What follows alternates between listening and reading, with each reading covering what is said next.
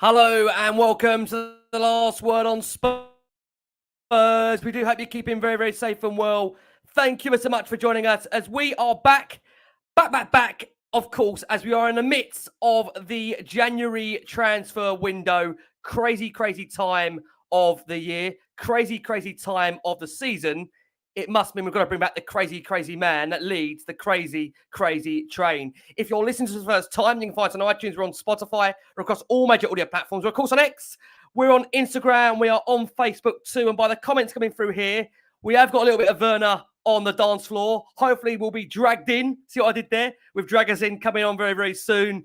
Followed by, hopefully, a couple of more through the door. Why am I asking for 4? We're having 2 maybe in the space of a week. That's what the window does to you when you're in this mood. You try and buy everyone, you try and sell everyone, you try and loan everyone. Look, we've got a top tier panel that are going to be bringing you some really good reactions as to Tottenham making their moves in the market. Back alongside me, he is the crazy train instructor, conductor, the runner. Mr. Lee McQueen is back. Macca, how are you, my man? Yeah, really good, mate. Happy New Year to everybody, all the viewers and listeners. Of course, this is my first time back for a while, it's been great. I've been away over in Spain for it seems like quite a long time actually, but 8 days or so. So I missed a couple of the games. Hopefully, most of us or all of us missed the Brighton game, but that was a bit of a disaster, wasn't it? But come fighting back against Bournemouth and obviously against Burnley as well. So I think what's that? 5 wins out of the last 6 or 4 out of the last 5 for Tottenham Hotspur. Unlike that lot down the road, who tried to imitate us tonight in a all-white kit, and that's 3 straight defeats. So what I would say, because I did put it out on Twitter earlier, I saw it on X, it is for a fantastic cause and a really, really, it's charity-based and an unbelievable cause, so fair play. But there's plenty of other colours they could have worn, choose an all-white kit. Okay, so that's my. I've been getting pelt, as you see, Rick. So you've got to defend yourself, haven't you, mate? Yeah, we've not had many times where we can defend ourselves, given the nature of the way the league has gone. Back alongside Lee McQueen. Look, always fun and games when he's on. Bit of fun we're gonna have tonight, most certainly. We've got the wonderful Patrick Tyrant back. Pat, Chatty Pat, my man. How's things, my bro? We all good? I'm good, man. I'm good, feeling good. We're in fine form. The guys down the road that try to imitate us, like Lee said, in the white kit, they're shocking at the moment. I think it's one win in 7, lost 3 on the spin. Yeah, I mean, yeah. What can I say? I think half of them are here, Pat, aren't they? But now I'm feeling good. If you haven't tuned in and you didn't tune in on the New Year's, was it New Year's Eve we was last on or whatever it was? Happy New Year. I mean, I've been about 15 times since, but you're back. Yeah, there you go. Yeah, the hardest working man in show business, Ricky Sachs. So yeah, bless you, my man. Work as hard as you this year, then I'm on. Don't be silly, mate. We're anyway, all let's get stop. there. Yeah, let's stop. But yeah, I'm happy to be back, and it's always a pleasure. So yeah, there we go. Bless you, my man. Always a pleasure. Now, one man that I've been demanded, get him back on Last Word on Spurs. Every time Vicario makes a wonder save, bring him back. He was the one that said he'd be proven right. Although I will just say, I'll let there some clarity tonight because there's been a few comments about Destiny and they're saying, bring Simone back. I want to tell him what I think of him. Look, always fun and games. This man's in the house. Look, he's obviously Sportitalia's very own wonderful journalist. Always like to have him back on the show. Simone, thank you so much for your time. The man is repping the leather jacket, can I just say for the listeners on audio. The man is looking Italian. He's sounding Italian. We could be in for an Italian roadshow here. Simone, how you doing, my man? Thank you, mate. Thank you, Ricky. I'm absolutely fine, and thank you. It's always a privilege to be back on the show. You've got a sort of squad depth, to be honest. I'm always there, delighted to be back. So I'm here for you guys. I'm absolutely here for you. Come on, you Spurs. Bless you, mate. Listen, I've got to say, we're lucky to have an abundance of real depth of quality in the squad, and saying that again, we should be proud about on Last Word on Spurs. We've got to embrace that, right? We've got wonderful talent that comes in and out of the team, rotational. There's no drama. There's no hiccups. There's no anger. Sometimes, maybe sometimes. I won't let you know what happens in a backstage. Look, guys, thank you so much as always for tuning in. It's been a busy week with Tottenham, and it could get a lot more busier in these next few days. We'll start with what is the headline news. Obviously, tonight will be a lot in relation to Timo Werner's move ahead of joining Tottenham Hotspur in these next couple of days. We understand Spurs are also in advanced talks for a move for Radu Dragusin. However, that one, it won't be far away. We'll be discussing, obviously, Eric Dier potentially moving out of the football club to Bayern Munich. Pierre-Emile Højbjerg, where does his future lie at the moment? Sergio Reguilón, Djed Spence are back at the football club. What does the future hold for them? Richarlison. Now, interestingly, Spurs bringing a striker in. Does that put Rich's future at risk in the summer? And look, we'll be getting Simone's thoughts, of course, on Vicario's start to life at Spurs, where, look, I will remind you, this man, at the time of joining the show, there was, I think, some reluctance, some concern that Spurs missed out on the cheap option, or got the cheap option, of course, in Vicario, and we didn't get David Raya. And listen, I will remind you, Simone said, what are you worried about? Vicario's going to be absolutely class.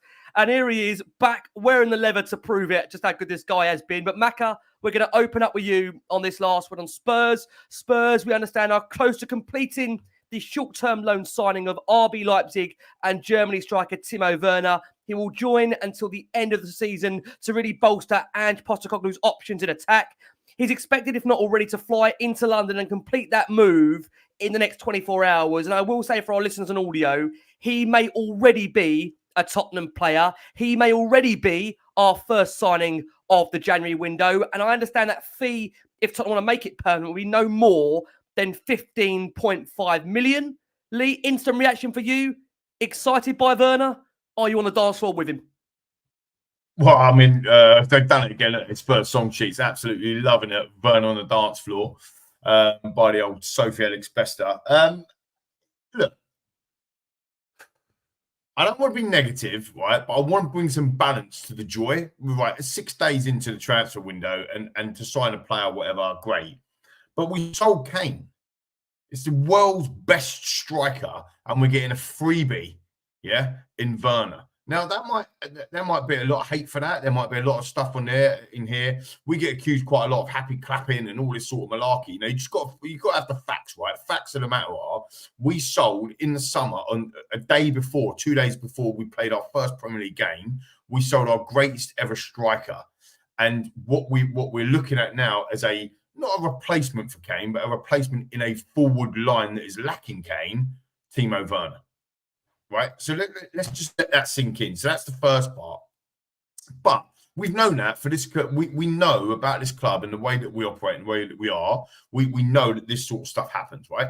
So we are where we are. I mean, I just hope this isn't another Louis Saha, Ryan Nilsson January transfer window when we were under Harry and we could have gone and pushed for the title, pushed certainly for the top 4, top 3 that season. Because, you know, if we end up getting, you know, Bardet, or we end up getting somebody who's not good enough, you know, this dragging on Usin, as I keep calling it, you know, that's taken a while. You know, yeah, so dragging it on. You know, so I just hope it doesn't turn out to be a Ryan Nilsson, Louis Saha transfer window when it could be, you know, you've got an Ivan Toney sitting around. And actually, let's have it frank. This is just my opinion. That's why I'm on the show.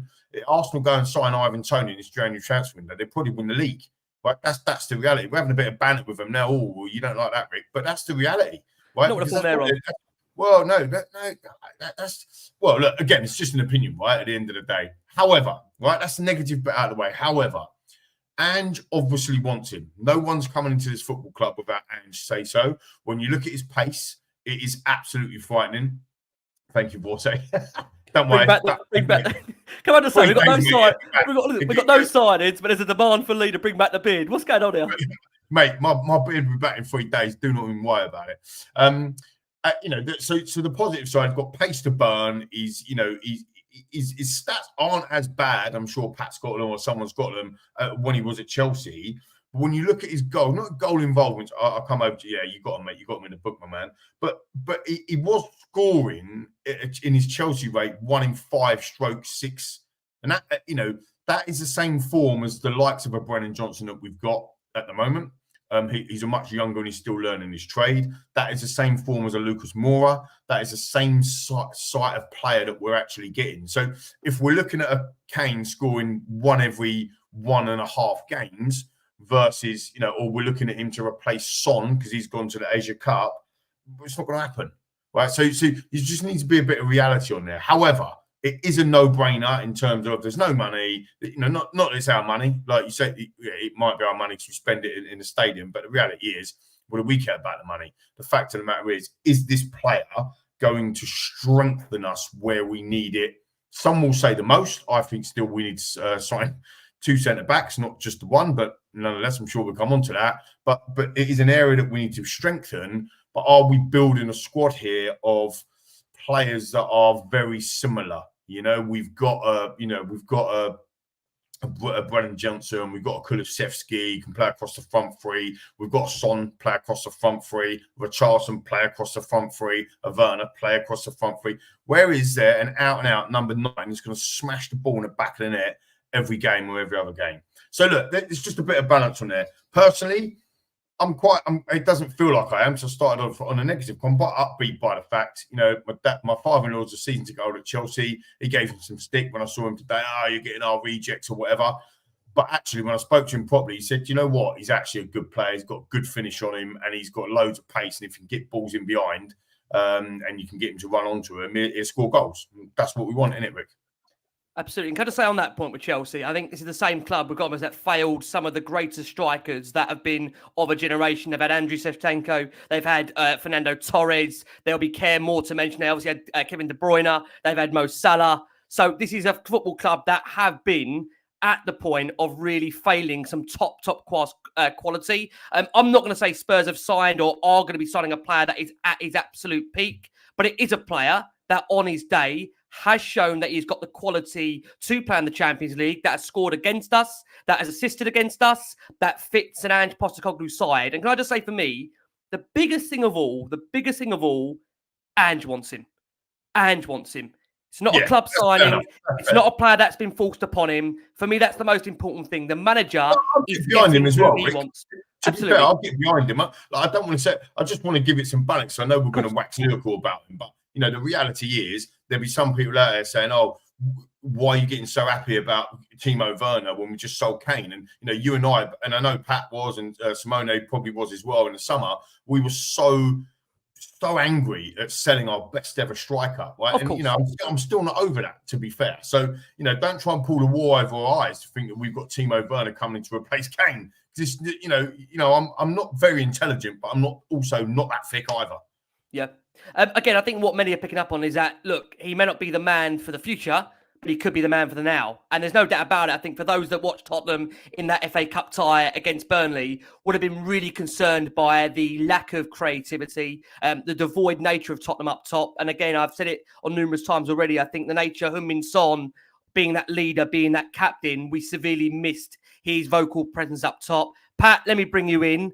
Look, I think it is the striker of Werner that will split opinion, but I think many fans will get behind it because ultimately it's a man who Ange wants. He's keen to come to Tottenham. By all accounts, we understand there was interest from Manchester United, but he only wanted Tottenham. So, Pat, we understand it took only 2 minutes to complete the agreement for Werner. He's super excited about joining Spurs. He was really tempted by the possibility to work under Ange Postecoglou. He believes the player, it's the perfect system, it's the perfect footballing idea for him to perform. Pat, is it the perfect footballing idea for you?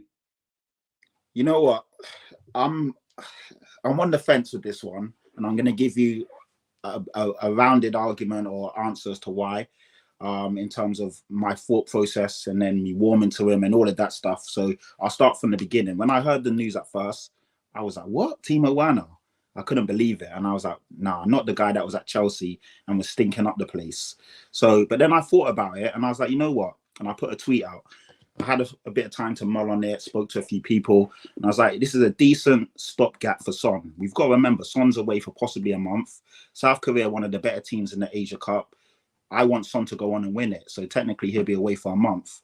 Werner is a good stopgap in that time. Who are we going to get in? If we're being realistic, as fans and as people that watch football, who can we get in to fill that gap or that, for this moment in January?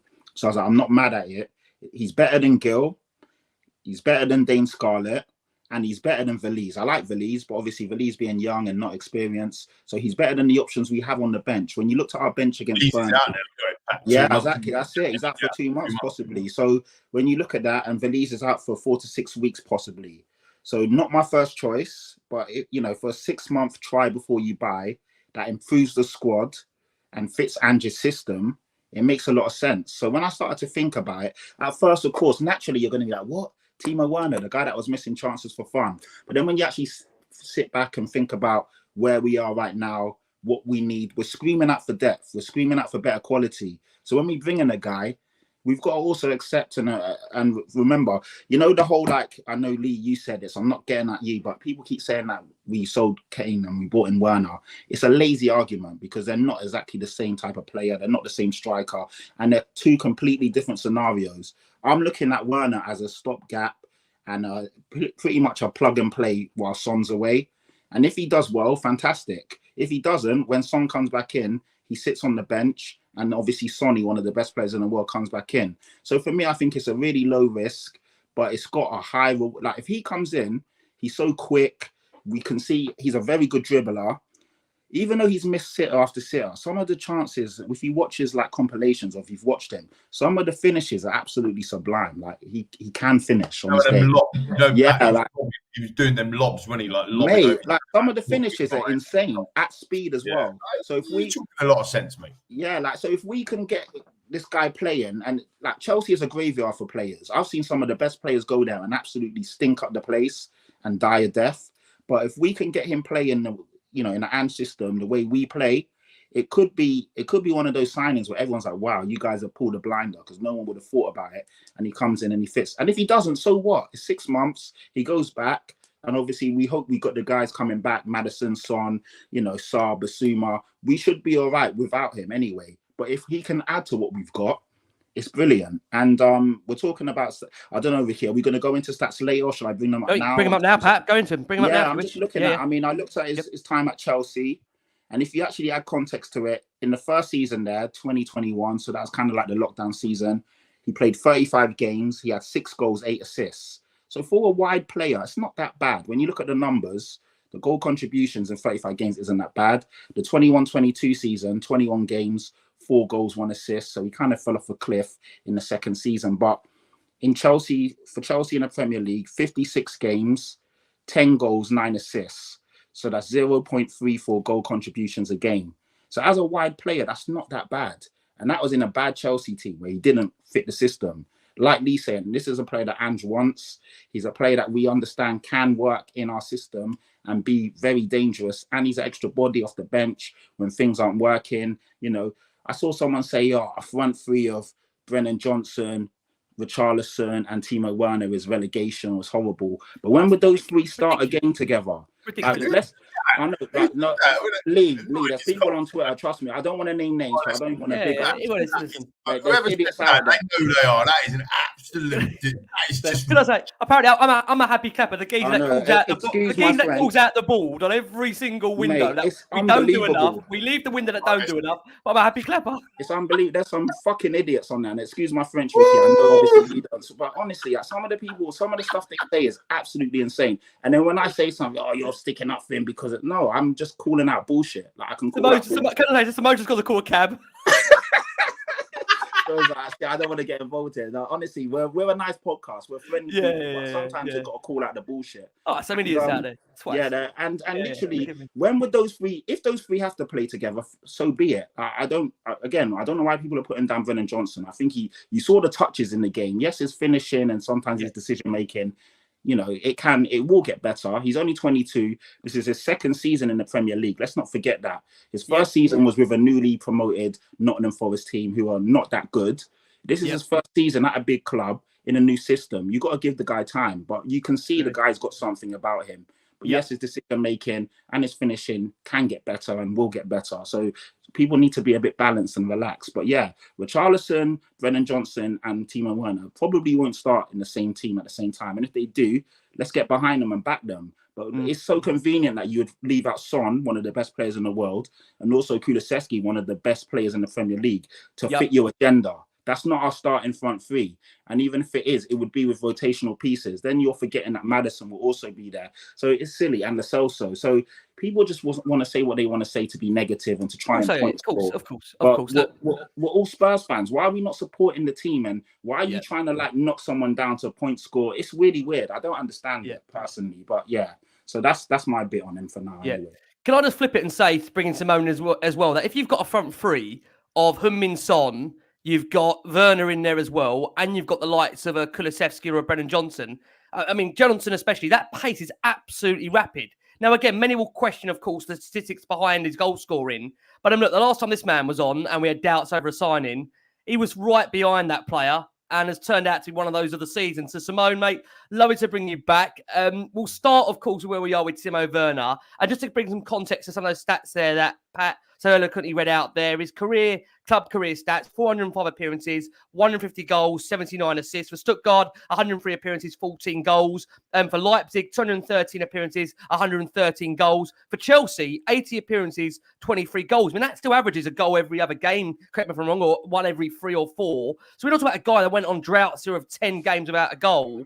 For Germany, 57 appearances, 24 goals. Again, it gives that context really of a goal every other game. And Bundesliga stats in general, 257 played, 102 goals. As I mentioned there, 89 and 162 with RB Leipzig. His highest scoring season, 28. That was back in 1920. But I think the key here, really, Simone, is given the fact Spurs are in a window where we know it can be tricky, we know it can be tough to get deals done, to keep them under the spotlight.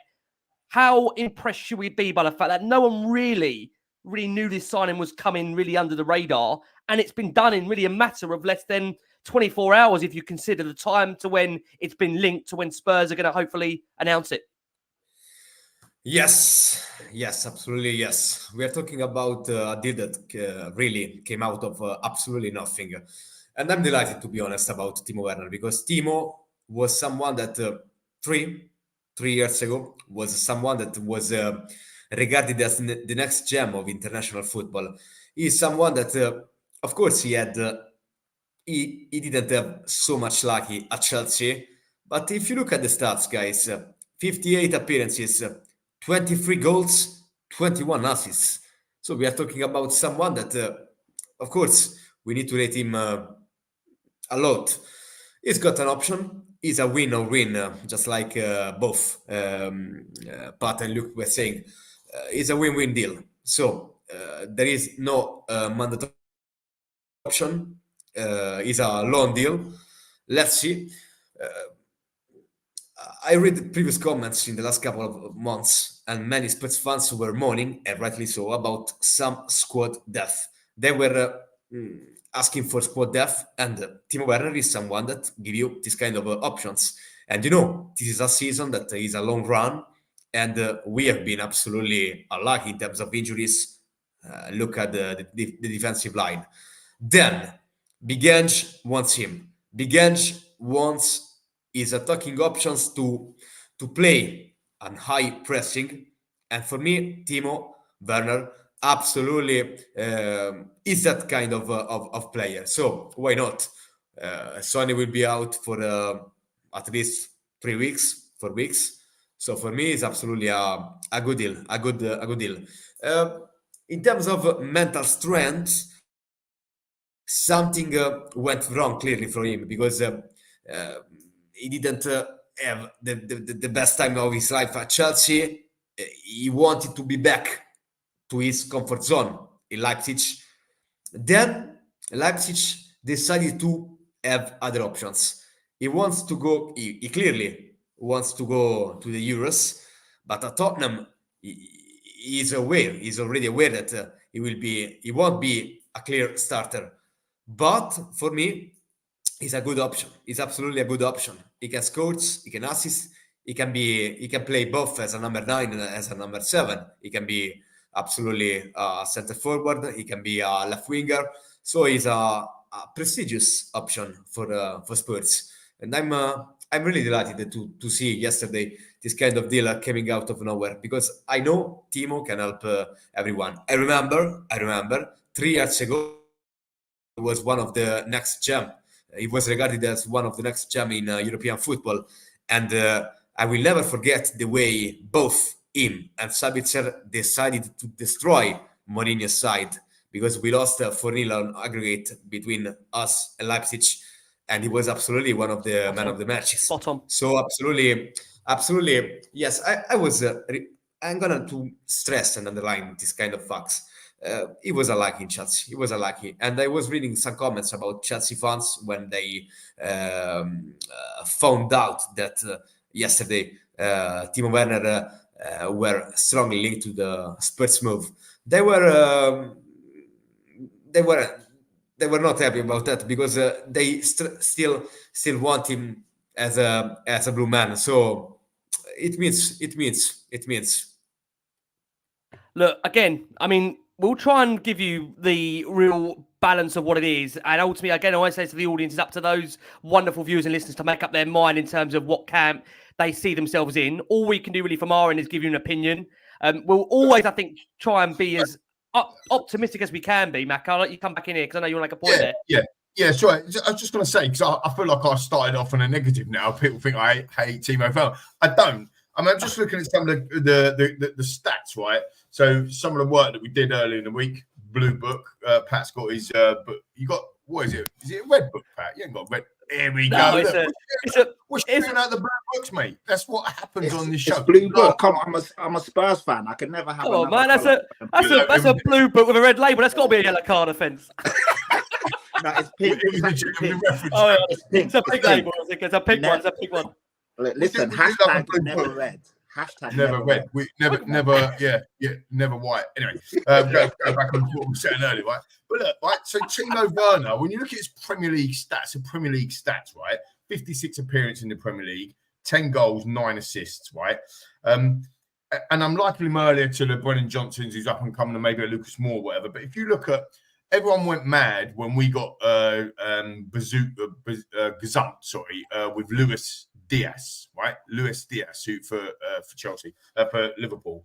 49 appearances. So granted, he's played 5-6 games less than Werner, but he scored 11 goals versus 10 for Werner. He's only got 6 assists, and that's probably part of his main job. 9 assists for Werner. In terms of shots, 124 for Werner, 100 for Luis Diaz. 48 shots on target for Werner. Do you see what I mean? Yeah, he does. He gives us homework, Adrian. That's what we have to do. You know, you look at his shooting accuracy as well, 55.2% versus 48%. So actually, his stats are as good, if not in some areas better, than a Luis Diaz. And if we'd have signed Luis Diaz, everyone would have begun raving mad because he's a great player. So the statistics do back up of what most of us are saying, is that it's a no-brainer, right? Absolutely. And again, I think it's really hard to make a judgment of a player that has had a mixed real last 3-4 years. And again, I would say this with being the utmost of confidence, Pat. You know, I don't think you can really judge any player that's gone to Chelsea in the last 4 or 5 years as a striker as really the benchmark in terms of what their future success is going to be. I will say it earlier, they failed some of the greatest players of a number of generations. You know, Shevchenko was one of the world's best ever strikers. Fernando Torres was one of the best ever strikers in his role through a period. Obviously, you've seen what Kevin De Bruyne has gone on to do at Man City. You've seen what Mo Salah's gone on to do at Liverpool. You know, they've had some really, really world-class players that, for whatever reason, haven't quite made it work. I won't get away from the facts that, look, with Timo Werner, he has gone back to RB Leipzig, and it hasn't quite worked out for him. Now, that can be for many different reasons, right? And again, I think you have to take that into consideration. But as I said on that interview in Sky the last couple of days, for me with Tottenham, look, it's a real low risk and potential higher risk reward when you consider, you know, Spurs are paying, or if not anything, just the wages to cover the player. There's no fee involved to actually bring the player through the door. We've got no Heung-min Son, as Pat says he hopes for, you know, a month or so, because I think all of us will get behind Sonny. I want him to do really well for his country. And we know what that means to Sonny in terms of, you know, internal tournaments. He'll want to do his absolute best. And I just don't understand why fans can't look at a positive by the fact that Spurs are in the process of what it looks like going to be announcing 2 deals in the space of 7 days. And when you consider the previous 2 January transfer windows, Pedro Porro went right to the last minute of January, when you could argue Spurs needed him from day one of the previous January window. And Kulusevski and Bentancur, in a similar situation where Tottenham were trying to get a Champions League place, they were brought in on the very, very last day of the window. Now, if any manager deserves backing, Pat, for the start they've had to the season, it is Ange. And I want to reiterate that point that I said earlier. This is the key. Ange wants the player. The player wants Tottenham. Is that not the most important thing, Pat? More than anything at the moment. Ricky, let me add something. The last time Spurs decided to go for a former Chelsea striker in a January transfer window, it was 2010.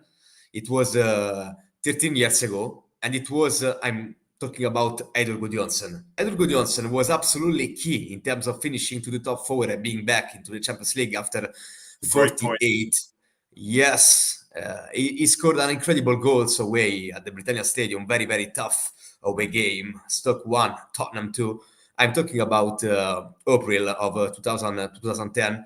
And that goal was absolutely key. And Reguilón is famous into the Chelsea crowd, into the Chelsea fans, but he always gave his best to Spurs in that 6 months of long spell. It was a long spell, just like Timo Werner, with no buy option in terms of mandatory, but he was absolutely key. He scored also in maybe a FA Cup last 16 against Fulham. So it was good. It was good, and the tradition in terms of this kind of clubs like Tottenham, it means so much.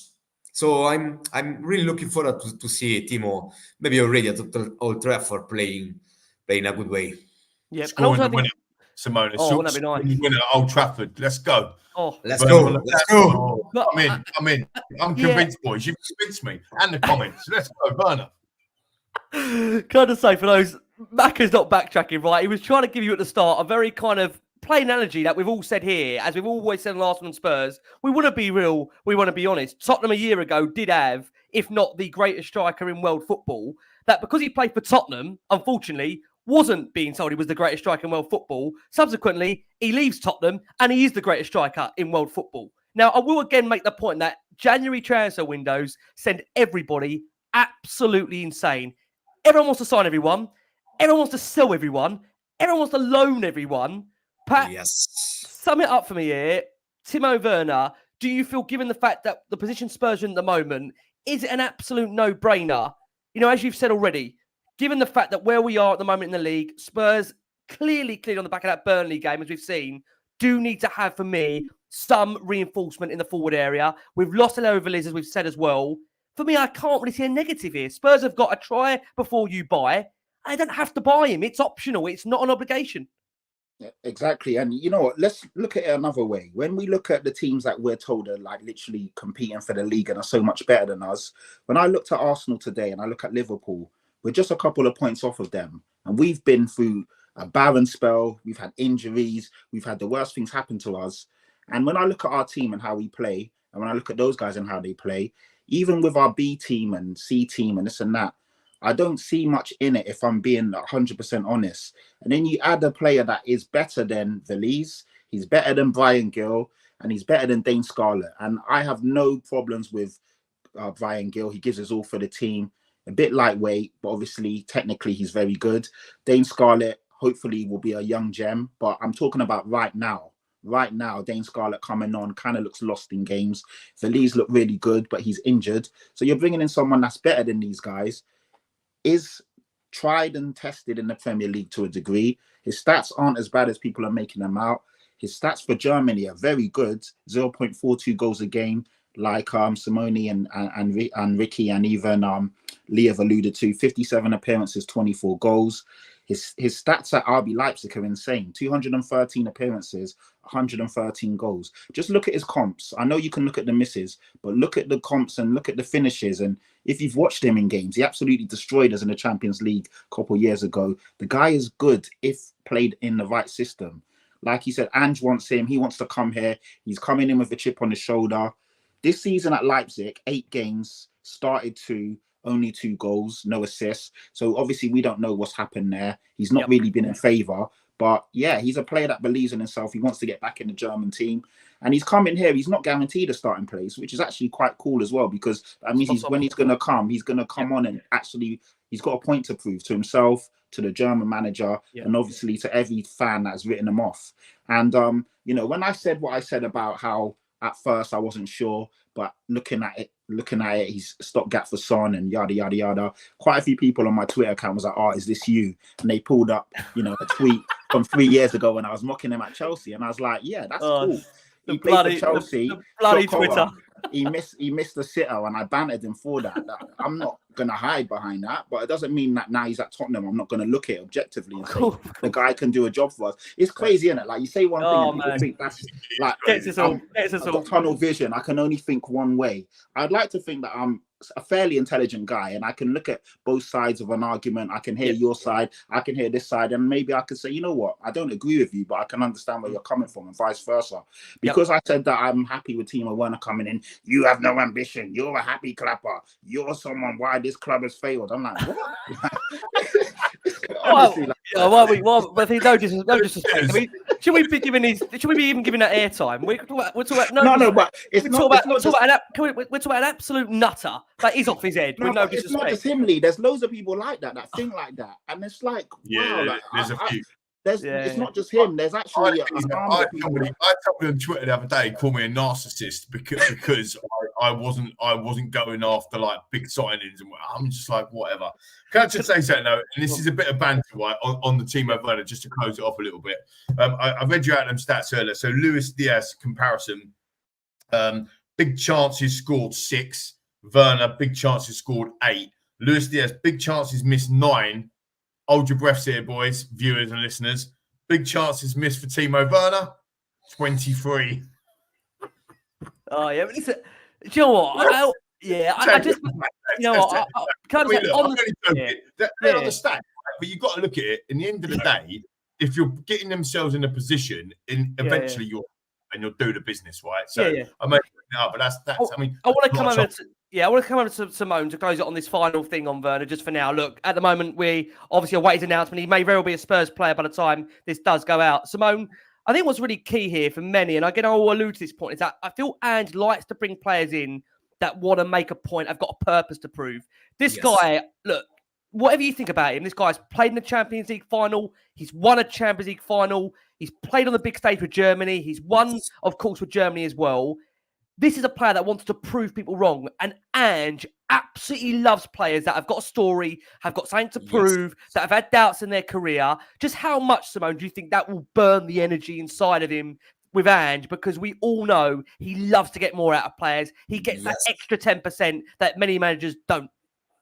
Yes, Ricky. First of all, great question. Secondly, great point. Because if you listen to some interviews by Big Ange, he always stressed this kind of the mental side of the player, because he wants someone that gives him something that he loves to hear about.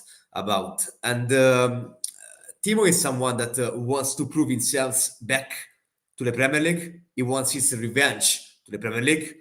Timo is someone that, guys, is gonna be our second best winner in our roster, in our team. Coutinho Romero has won the World Cup, but secondly, it's gonna be Timo Werner, because he won the Champions League with Chelsea in the last 2021. So I think that he's got experience. He's still young because he's just 26, maybe 27, if I'm not wrong.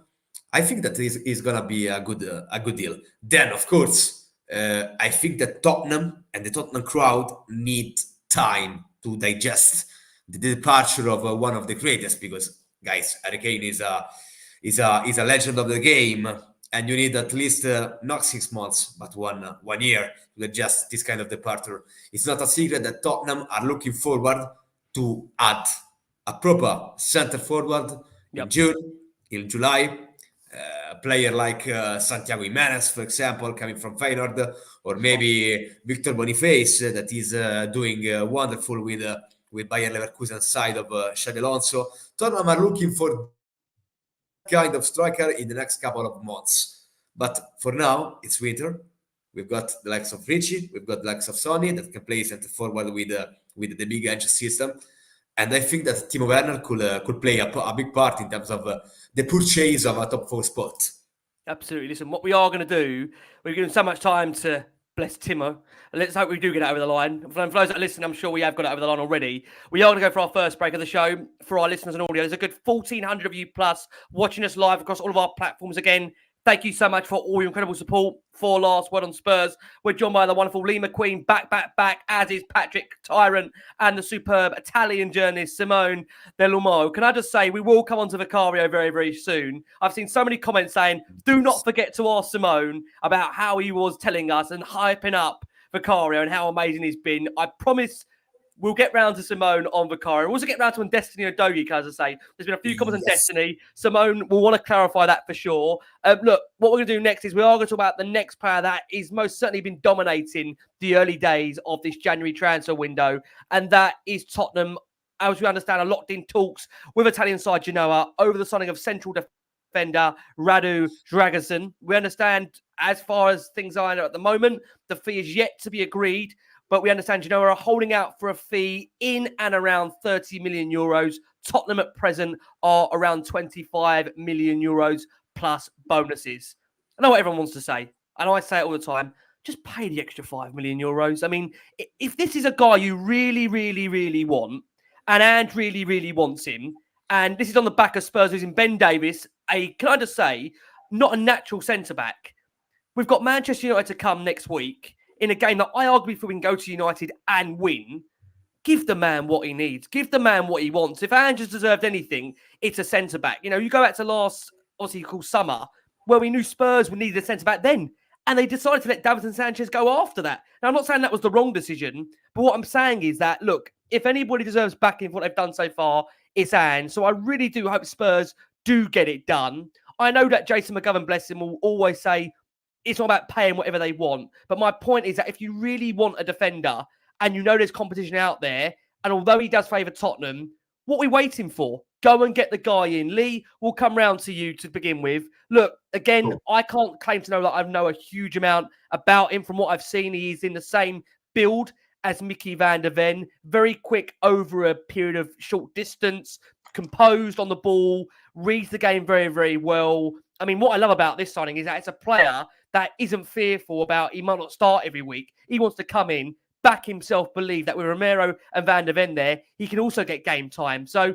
thoughts on it for you, Lee? How important is it that we get this deal done to give Ange that extra centre-back? And you tell us you feel we need two. Yeah, well, we definitely need 100%. I think that's stating the obvious clearly, but I still think we need two. Look, dragging on Usin, or Dragusin, as the great Jar Wobble was pronouncing the other day, which is absolutely brilliant. Look, he played 19 games. He played every minute of every game available so far in the Serie A. He's had 17 shots. This is a centre-back, right? He's had 17 shots. That's probably more than Timo Werner. Don't bloody go. I'm joking. Don't send me pelters, but you can if you want. 17 shots. 4 on target. He scored a couple of goals, which I think is quite important. As a centre-back, you know that you can get up there and he's not afraid to put his head in and have a shot. I think that's really cool. He's got 1 assist as well, 7 key passes this season so far. And he's also recovered 32 balls. So his recovery pace and his recovery statistics are actually quite good. So that's pretty good. His pace is quite down, though, compared to Van der Ven. So if you think you're getting another Van der Ven Mark II, you're not. So, you know, I think that's got to be said. And we can't even say, well, we might grow into the role because Van der Ven's only 22 and Dragusin is 21. So, you know, they're very similar age. 18 tackles, 3 clean sheets. Let's be fair, Simone's got probably better understanding of Serie A than I have, of course. But Genoa aren't the best team in the league. So what are they, kind of mid-table? So they're going to have to get more recovery balls. You're going to have to face more attackers at you, essentially. But he's 6'3". He's 21 years old. He's very aggressive. He's very strong. His key attributes are jumping, sliding tackles, very aggressive. So for me, it feels like we're getting not necessarily a Van der Ven 2.0, but almost like a bigger, taller version of a Romero. Do you know what I mean? Good news is, though, folks, viewers and listeners, he's only got 1 yellow card this season. So I thought that was very important. He ain't been sent off. He's not getting, you know, bad discipline and whatever. And I just think Macca, can I just say, we'll soon change that. Don't jinx it. Yeah, it'd be under Romero's wing, and all of a sudden he'd be sent off. No, I mean, I think look, when you look at some of the statistics, Van der Ven does have better stats than him in terms of pace, in terms of recovery, acceleration, sprint speed, but he's no slouch. And as you've just pointed out as well, Ricky, with regards to Ben Davies, I mean, I know we have a joke on here about 6 out of 10, 7 out of 10 steady Ben. But let's be honest, he's been absolutely brilliant. And you'd never say that his pace and recovery and whatever is fantastic. So if you can bring this guy in, He's young, he's fit, he's hungry, he wants to play, he's already agreed personal terms, he wants to come to Tottenham, regardless of any other club's involvement. Let's be honest, it's probably agent talk. Yep. I'm with you, mate. Sign the geezer, get him in the squad, get him training this week with Ange and the team, and let's get him on the field against Manchester United, because there's no time like the present. This kid could cook, mate, as Perišić still is. Yeah, we do know that for sure. And I'm sure Simone will tell us even more about the cooking that's going on in the kitchen. Pat, before we come to Simone on this, obviously, player, I wonder, Pat, where you stand on it, because I think we've all said there's a need for Tottenham to bring in at least one defender. And again, what I really, really like about it is that the player seems to have his heart absolutely set on Tottenham. You know, there's been interest from Napoli, but this is a guy that knows that Spurs had at the time in Mickey van der Ven and Romero a really prominent centre-back partnership that, quite honestly, this has been the really sad thing, that since that Chelsea game, we haven't had a chance to see that partnership. And up until that Chelsea game, Spurs did not lose a Premier League game, obviously, with those two ever present in the side. So, look, I think the key thing for me here is that arguably it's a player that has been very much well scouted by Tottenham. He seems to be, from what I can see, a player that is really impressive for his key attributes. We know Spurs have gone down this more data-driven approach. And when you look at some of the stats out there in terms of the way he is in terms of tackling, aerial duels won, he's right up there, Pat, amongst some of the best in Serie A. How important, Pat, is it for you we get this deal done very, very soon, and he's in the squad for Manchester United next week? Yeah, no, it's crucial, because if you look at it from the other side as well, since the Chelsea game, we've literally played every game with at least one right back as a centre back. Some games it's been two right backs as centre backs, and they've done fantastic. Ben Davies, I'm not his biggest fan. Emerson Royale, not his biggest fan either. But both have grown on me massively over the last... Pause, by the way, because that sounded a bit dodgy. But both have grown on me massively over the last... over the last 6, 7 games, 8 games. And, you know, we've won 6 out of 7 on 5 out of 4 out of 5 in the Prem, or something ridiculous like that. So it's 6 out of 7, isn't it, that we've won in all competitions? Absolutely. And you know, like, that's with those two playing as centre backs, and they're not natural centre backs. And sometimes when you watch the game, you see their positioning's a bit out, and the line isn't as solid as it should be, and everything like that, because they're natural right backs playing as centre backs. They've done fantastic for the team. So if we can bring in another quality centre back, and obviously Mickey van der Ven's essentially almost back, it just gives us good options. We talk about depth, we talk about strength in depth, we talk about having rotational pieces. It'd be brilliant to have that in the centre backs as well. And he's a different profile to what we've got. Similar, he's a bit of a mix of Romero and Mickey van der Ven in terms of, obviously, he's got the composure of a Mickey van der Ven. He's a bit more solid and rugged like a Romero, but he's very good on the ball, reads the game well, brilliant in the air. So he just adds a bit more to what we've got. And you know, I see people in the comments saying, do we have the space for him? Yeah, because essentially Eric Dier is not really going to play, and he's looking like he's on his way out. We let Davinson Sanchez go after the window were closed, so there's definitely a spot there for him. And yeah, he looks like a brilliant player. Obviously, the other teams that are looking at him are also good teams, so you can tell the quality's there. And it just makes sense to get him in. Again, another player that Ange hasn't done us wrong. If Ange scouted a player, likes the look of him and knows he's going to play, then it just makes sense. It's a no-brainer. It looks good. He's young as well. He essentially ticks all the boxes of what you would want. So yeah, get it done. Bring him in. Ideally, bring him in as soon as, so we can have him in the squad and possibly starting alongside Mickey van der Ven. United are there for the taking. I think, honestly, right now, any team in the Premier League is there for the taking. Even when I look at your Liverpools, your Arsenals, your Man Cities, we can get at these guys, man. Patty, there is no stand outside. There is no stand outside. There's not. We can get at these guys. If the fans believe it and the players believe it, we can get at these guys, man. The fact that we've gone through such a horrible run in terms of players, results, and we're just a couple of points off these guys, that gives me all the confidence I need in Ange, all the confidence I need in these players. Just get the guys in.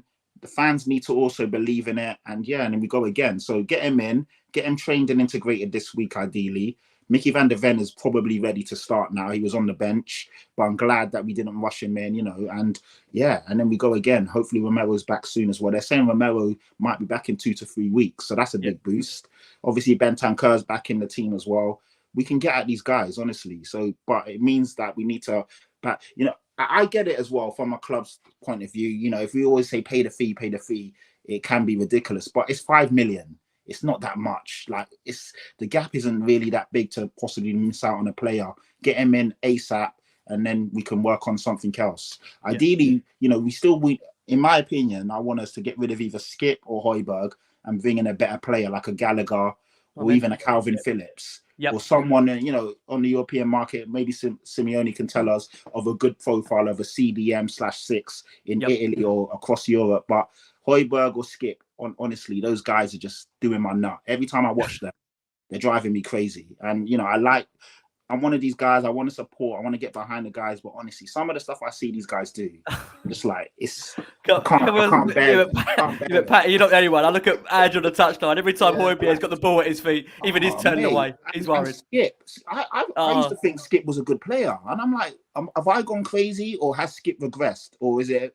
I just don't understand. Can I be honest with you? I just think as well, the style that we're playing now, Patty, it will find you out as a player. And that's no disrespect. Again, I think Højbjerg and Skip, can I say, will go on and become really good players wherever they go. And listen, Højbjerg is a international player. We'll come on to him shortly. That guy will get picked up somewhere and do a really, really good job for someone. I just think the style of football that Ad is asking these players to play isn't for everyone. But what I want to ask Simone, is the style of football that we're playing right for Radu Dragusin? Because look, he's a player that you'll know very, very well. Tell us a bit more about him if you can, Simone, and whether you see him fitting into an Ange Postecoglou side, and how important, if it is, that Spurs get this deal done very, very soon.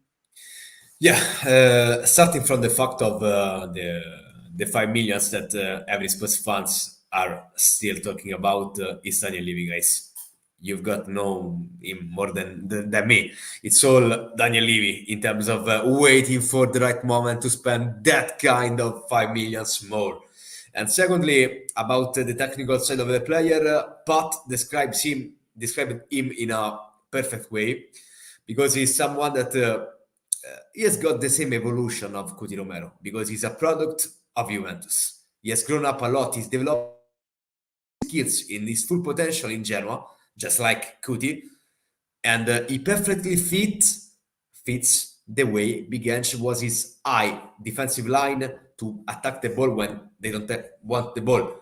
So he's absolutely a good fit. He can be a perfect backup. He can be the third of a fantastic couple of players, couple of defenders, just like Cuti and both Mickey Van de Ven. So I'm really looking forward to see Tottenham purchase this kind of deal. But for what I got to know, Napoli are still trying to eject the deal. But the player, or to be honest, the agent of the player has already got the deal with Daniel Levy. So Tottenham are protected by this kind of deal, because the deal between the agent and Daniel Levy is already done. But Napoli are trying 20 million euros plus Østigård, that is a centre back that 2 years ago played for Genoa, and Genoa are a club that appreciate these kind of deals. And Zanoli is a young fullback that was the backup for Giovanni Di Lorenzo, the current captain of Napoli. And Genoa are trying to offload this kind of player in order to convince Genoa to do this kind of deal. And Napoli are trying hard. But for what we currently got to know, Tottenham have got already the okay from both Radu Dragusin and the agent of Radu Dragusin. So Tottenham is upon Naples, and I strongly hope that Spurs will be able to purchase this kind of deal in 7 weeks, because in 7 days, because next week Spurs will, just like both Lee and Pat were saying, that there's going to be a huge game for the season of Tottenham away Old Trafford. So what a game. Can I ask you, Simone, just to follow up and a couple of really good insights from you on this guy? I have to ask you, why are Napoli still pushing for the player when they know, it appears from what you say here, his heart is set on Tottenham, his agent is making moves with Tottenham? Why are Napoli still in the background if the player wants Tottenham? Guys, we are talking about a club that last season won the Scudetto for a monster like Luciano Spalletti. Spalletti is one of the greatest managers in Italy. this year without Spalletti. They lost today also. They also lost today, 3-0 away, 3-0 for Turin in Torino.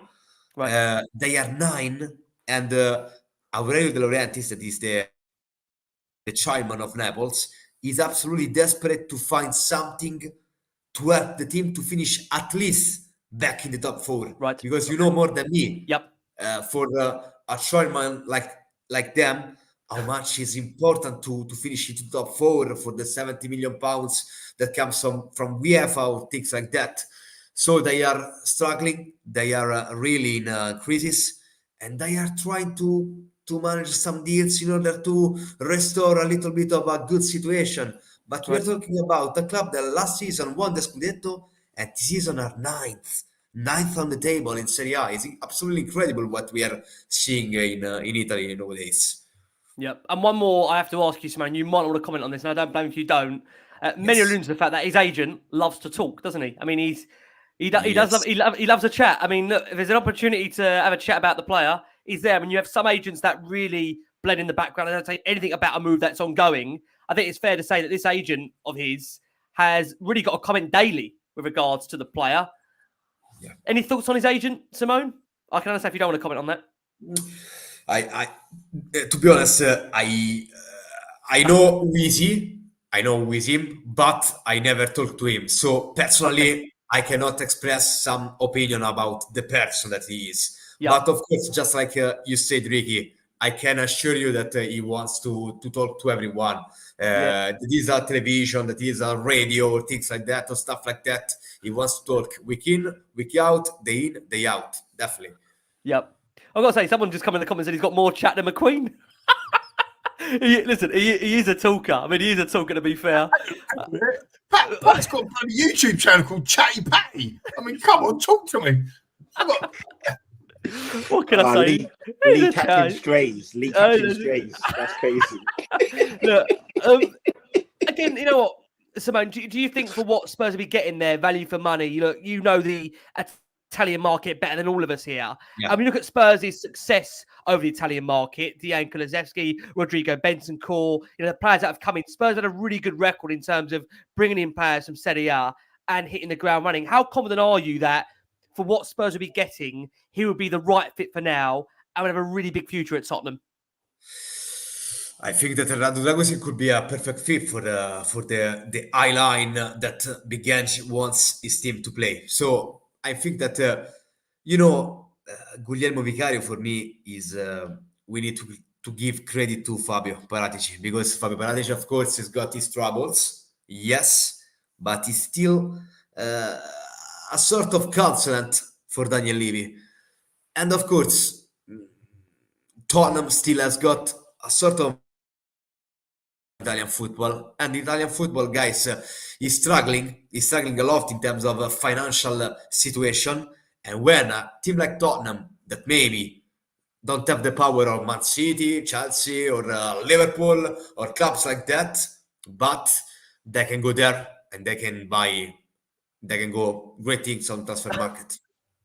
I've got to ask you, Simone, look, you was here on the show in which we announced Fabio Paratici resigned from Tottenham, which probably now we should never have done that show, given the fact the man has been cooking for the past year and a half in the background. What do you make, Simone, of the role Paratici's playing? And is that a fairly unique one, given your time, studying football, being around football? Is that a fairly unique situation where he's essentially contracting for the club on what you would say is almost like a deal-by-deal basis, depending on the players that they're bringing in?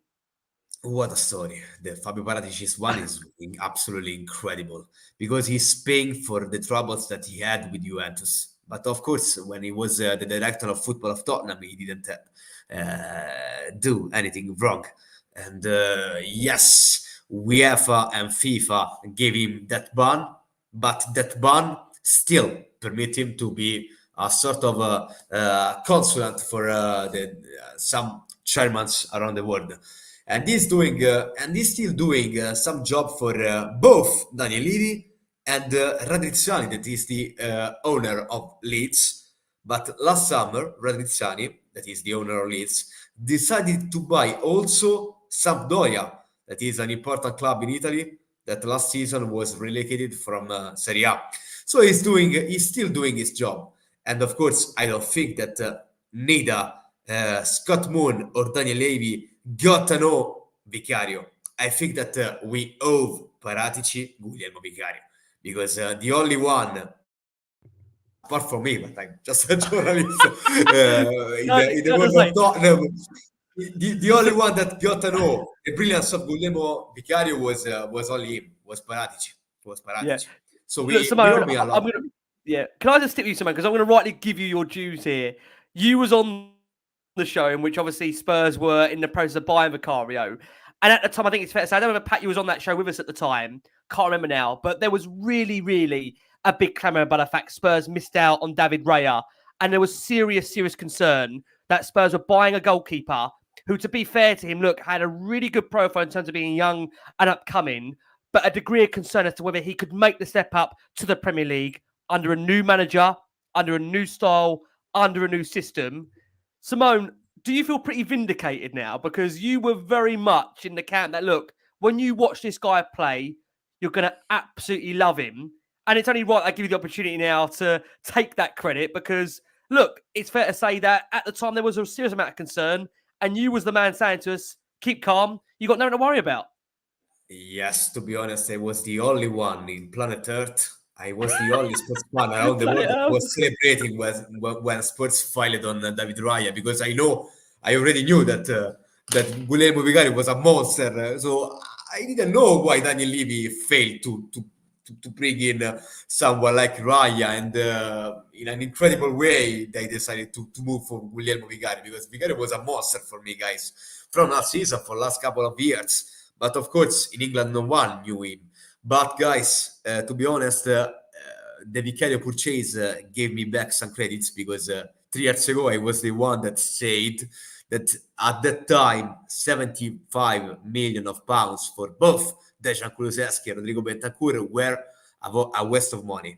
Then, of course, football is magic for what it is, but I want to be honest and I want to say that, okay, Vicario is my credit, but I was the one that say that I'm not talking about Decky, but I'm talking about Dejan Rodrigo Bentancur, that in Italy was so shy, so normal, so a good player, but nothing more. The way Spurs time turned out him to be, it was absolutely incredible. So credit to him, credit to the fact of that football is absolutely incredible, that every league, every country has got their own systems. So I was absolutely delighted to be wrong, because I want the best for Tottenham. We as a journalist, guys, cannot be always right. We can make mistakes, guys, just like the managers of things like that. And to clarify something, because I read something about my sentences on Destiny Udogie, I never said that Destiny wouldn't work at Spurs. Be careful. I never said that. I say that he needs to improve in terms of the mental side of the game, his mental strengths, and the defensive side, because he has got all the full potential to be the best left back since Danny Rose left the club. Spot on. But be careful, guys, because he needs to be 90 minutes of the game concentrated on what he's doing. Because the first goal that Tottenham conceded to Brighton 2 weeks ago, it was his fault. And the gift to Jarrod Bowen in the second half against West Ham was a Christmas gift. So he needs to improve, because in terms of attacking the space, attacking the midfielder, he's one of the best. He has got all full potential. But Vicario was already a top player. I was sure that Vicario was coming to become one of the best in England. Destiny needs to improve in terms of the mental strengths and the defensive side of the game. So I'm going to stress that.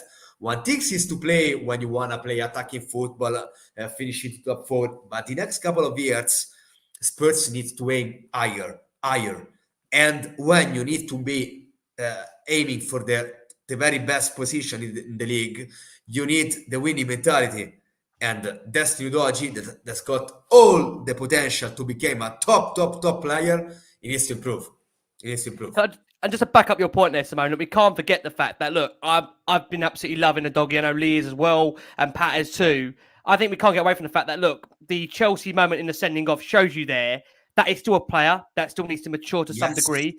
And we will see moments there that we will know there needs to be an element of improvement. It backs what you say there, Simone, that he's not the finished player yet. He's still very, very young. But I made this point in our previous show, is that I think now, I'll come over to you, Pat, on this point, that arguably now, I don't know if Tottenham are really in a position where that when you look at, obviously, Destiny Udogie on one side, Pedro Porro on the other side, Spurs have got, I'll use that word potential, I don't want to get too carried away.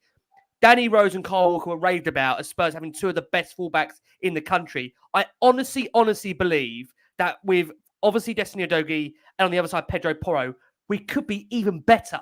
Couldn't we, Pat? We could be even better when you consider that. Ricky, if you remember last summer, every Spurs fan were saying that Pedro Porro was a right wing back. He couldn't play as a right back. I was the only one that said, guys, he can play as a right back. It all depends on the principles of the system that Big Angel or someone like Big Angel wants his team to play. So it's all about the principles and the system that you're going to play. So this is my fix. Pedro Porro is going to be absolutely one of the best. And of course, we can talk about Destiny Udogie, but we cannot talk about Pedro Porro. Pedro Porro, guys, is far better than Sergio Aurier. He's far better than Kieran Trippier. He's our best right back since Kyle Walker decided to leave the club to join Man City. Definitely. Period. Listen, he took the words right out of Pat's mouth. Pat will ask you to extend on that point there. Pat, for you, where are we in terms of I had got many things inside that because I read many comments that I didn't agree. So can I say Simone's just unleashed it all there and just got it out? Yes. He was in thank you, Ricky, to give me the platform to show myself. That's the best I've heard Pat talk Italian in absolute years. Superb. Listen, I'm learning every day. You know, but what this means? Absolutely incredible. But this kind of things means, what are you saying? So we, as Italians, don't like when someone gives you this kind of... Come on, Patty. We love you, man. Never change. Yeah, Never man, we change. do. Yeah, we do. We love the man. Come on. Okay, all right, cool. Yeah, no, I think Destiny Udogie and Pedro Porro is probably the best fullback tandem in the league. And I keep seeing stuff like Man City are sniffing around. Get out of here, man. Get out of here. They're ours for the next 10 years. And Udogie, obviously, he's only 20 years old, something like that. So he's still very young and immature in certain senses. Like that slide tackle in the Chelsea game on Sterling where we got the second yellow, he didn't need to make that. And if you mature and obviously, but he was tired, we were down to 10, obviously we went down to 9. That was naive, but he's young. He's going to make mistakes. The best players make mistakes. I see Trent making mistakes, Kyle Walker, whoever you want to say is the best left back, full back, right back, they all make mistakes, but they give you so much going forward. I mean, look at Pedro Porro's goal in that game against Burnley. That was incredible. And the attackers, and obviously they go up and down. They can cross the ball. They can deliver. They can play as literally inverted wingers. They're in midfield. They're so good on the ball. They're so good doing so many things. And, at the beginning of the season, there were still arguments whether you start Porro or Emerson, depending on where we're going. Like if we was going away to the Etihad, or people would say, I'll play Emerson Royale because he's better defensively. Pedro Porro has quashed that all now. He's good going forward and defending. And Udogie will get there as well. Do you know what I mean? It's his first season here. But I think they're both fantastic fullbacks. They're flourishing in Ange's system. They're getting better game by game. You can see they believe in themselves. The quality's there. And if we can just keep building on what we've got, we are really setting ourselves up with a solid team. You've got Sarr, you've got Basuma, you've got Maddison, you've got obviously the fullbacks. You've now got essentially good attackers in the wide areas. Still probably need a better striker, if I'm being honest. Richarlison works hard, gives his all, but something's still not quite there for me. But yeah, goalkeeper, we definitely got a great keeper. But it's now just improving the bench and just making sure we've got, you're never going to have that same quality when you rotate or drop. But some of the, like if we're looking at Vicario, Fraser 4-star, like the drop off is significant.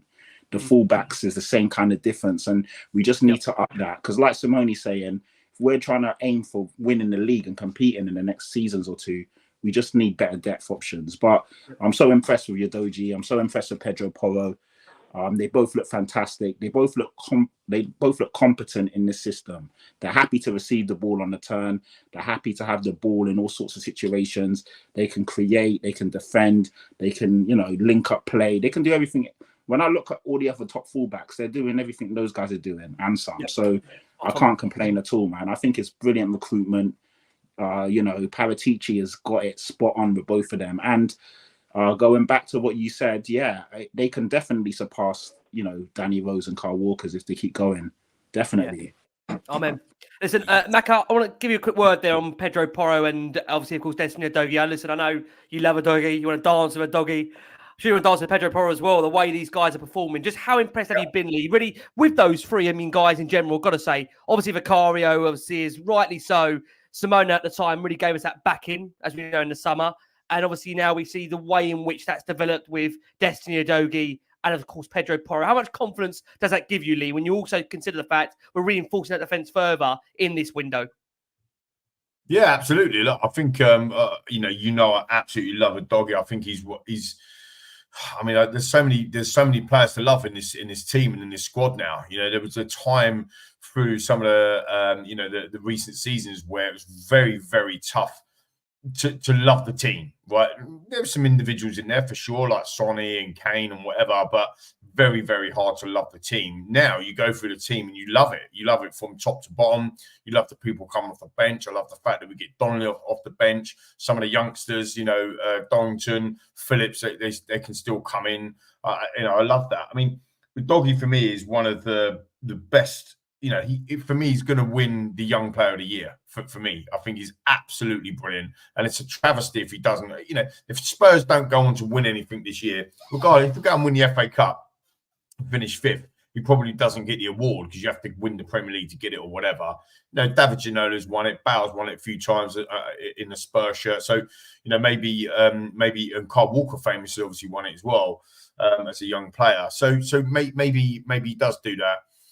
For me, I think with Pedro Porro, I was on the plane when I was on the flight on the way home on Friday. I didn't go to the game. I was on the plane. I didn't even know the result. Didn't see the goal until afterwards. But absolute rocket. And I put a tweet out. Actually, I was just trying to quickly look for it, but I couldn't find it.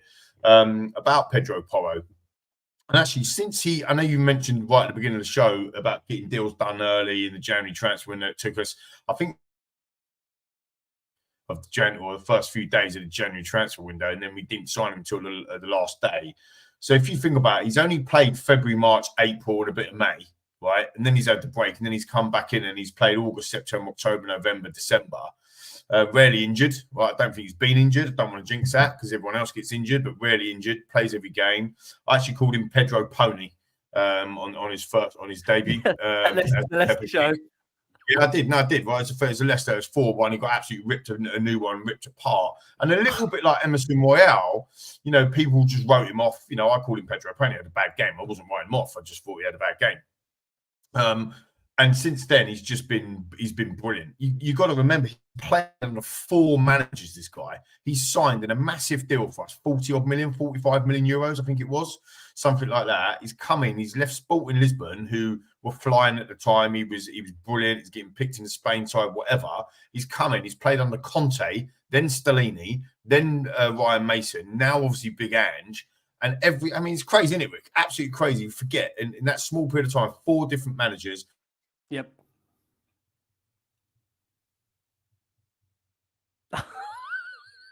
Oh, sorry. We've got you, bud. We've got you. My wife. I just love that. I love the fuck in the background. Oh yeah, sorry. I shouldn't have said that. But I thought I was gone. But yeah, and then you've got him playing as an inverted fullback now. I think he scored 3 goals. It's sort of top of my head, so sorry. I think he got 3 goals and 3 assists in his first half a season, and then this time around in the Premier League, he's got 6 assists. It doesn't happen very often, does it, Brian?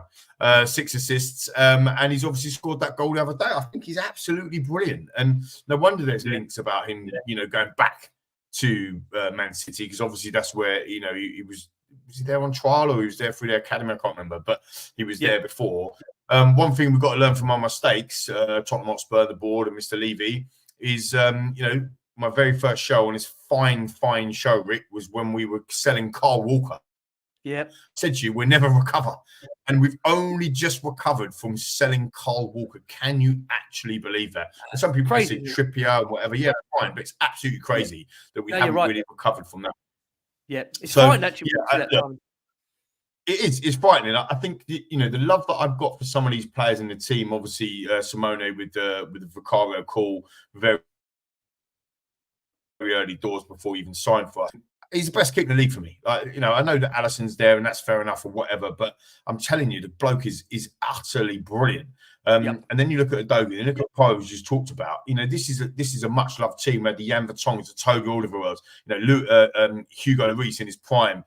Danny Rose, Carl Walker. This is becoming what we've had back then, guys, viewers and listeners. Do you not agree? And this is, for me, where it's so exciting. And then King Hoddle said it, and there's a lot of comments as well from the listeners as well, talking about when Maddison comes back. And again, I put another stat out again for Emerson Royale. He gets so much stick, and I'm not having it, right? This bloke's just casually rocked up and played right back, left back, and centre back. Geezer, do you know what I mean? Like he's done well. Like he's not. I wrote on the tweet, he's smashing it. He's smashing it for his standards. Yeah, he's not exactly. Mickey Van der Vet. No. Of course he's not. But mate, to come in and for the bloke to go, right, he's becoming the best utility player in the Premier League. Do you know what I mean? Yeah. It's like, it's madness. And this is Ange. This is what Ange does. Maddison, you look at creativity, you look at chances created, you look at assists making and all of this really good stuff. Maddison hasn't played for 10 Premier League games. Yeah. We haven't seen him for 10 Premier League games. That's absolutely crazy. And he's still up there in the assist chart. He's still up there in the big chances created charts. It's crazy. Absolutely crazy. Yeah. Listen, I totally agree. What we are going to do, get off your bingo cards, conscious of time. We are going to go for our final break of the show for our listeners on audio. We've got a good 1,600 of you watching us live here. Look, when you've got Simone Dell'Uomo back with you, you know you're in the middle of a transfer window and you know you're getting back in a Vicario and you know the man's going to clarify his Destiny Odogi comments. We love the ventriloquism with Pat. We absolutely enjoyed that moment there. And obviously Lee McQueen there enlightening us, of course. And I've got to say this, everyone, the amount of comments about that Lee looks 15 years younger. I thought Lee will never bring that beard back after this. What are we going to do? The campaign is on. I'm not sure I can. Generally, people think now, if I'm 15 years young, they think I'm 26, 27. I mean, I've never been told that before. I'll be getting ID for alcohol. This is absolutely brilliant. I'll go down the shop, see what the office says to me. Put a baseball cap on, son. Right, what we are going to do, we are going to go for that final break of the show. Listen, we're joined by the wonderful Lee McQueen, the superb Patrick Simon, and journalist Simone Dell'Uomo here as we take you into extra time on the last one on Spurs. You know, we've done so much already, but there's still so much we're going to try and cover off in this final part of the show. We're going to turn our attention next to Eric Dier and where we stand on his future. We understand, as things stand at the moment, that Bayern Munich are in talks with Eric Dier as one of several centre-back options. Now, he's into the final 6 months of his deal, and we understand it'll be a nominal fee of around 4 million if Tottenham do get that agreed, which, to be fair, I mean, I think that'd be superb for Tottenham to get some kind of a fee. The guy is obviously going for free in 6 months' time. Now, look, this is a guy that obviously has got a really close partnership with Harry Kane, and it appears that Kane is one of those behind the scenes absolutely driving this deal. He has already spoken to Thomas Tuchel, who, as we understand, is keen for him to link up with the side. Let's come to you, Simone, to get your thoughts on Eric Dier and where we stand on this potential move to Bayern Munich. Is it just one, Simone, that logically, if Bayern want him, if we feel it's time for him to go, which I think many Spurs fans do with no disrespect to Dier, probably the right move for everyone, Simone, right? Guys, I don't know why the fifth choice of a centre for Tottenham could join Bayern Munich. It's absolutely incredible. I don't know who's going to be the agent of Eric Dier, but my answer is that the agent of Eric Dier is Harry Kane, because I don't have other explanations about this kind of deal. You know, it's absolutely incredible. Absolutely incredible. Eric Dier is one of the reasons why, from the Toby Alderweireld and Jan Vertonghen's times, when Tottenham were facing Champions League finals, title contenders, then become to be a 6th, 7th team in the Premier League.